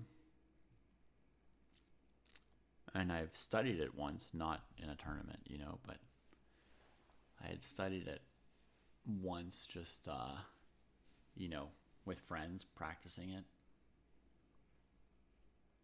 reading about it in a book. But now, no more books for me tonight, no more studying. I have blundered through this analysis session. But as usual, we have a good time, whether I'm sharp or dull. Thanks particularly to Viral Stigma for assisting with the analysis all night. And, of course, to everybody else for participating. Those of you who played for giving us a show. Those of you who watched for giving us comments and questions and analysis. I wish you all a good night or good day, depending on where you are. And let me head off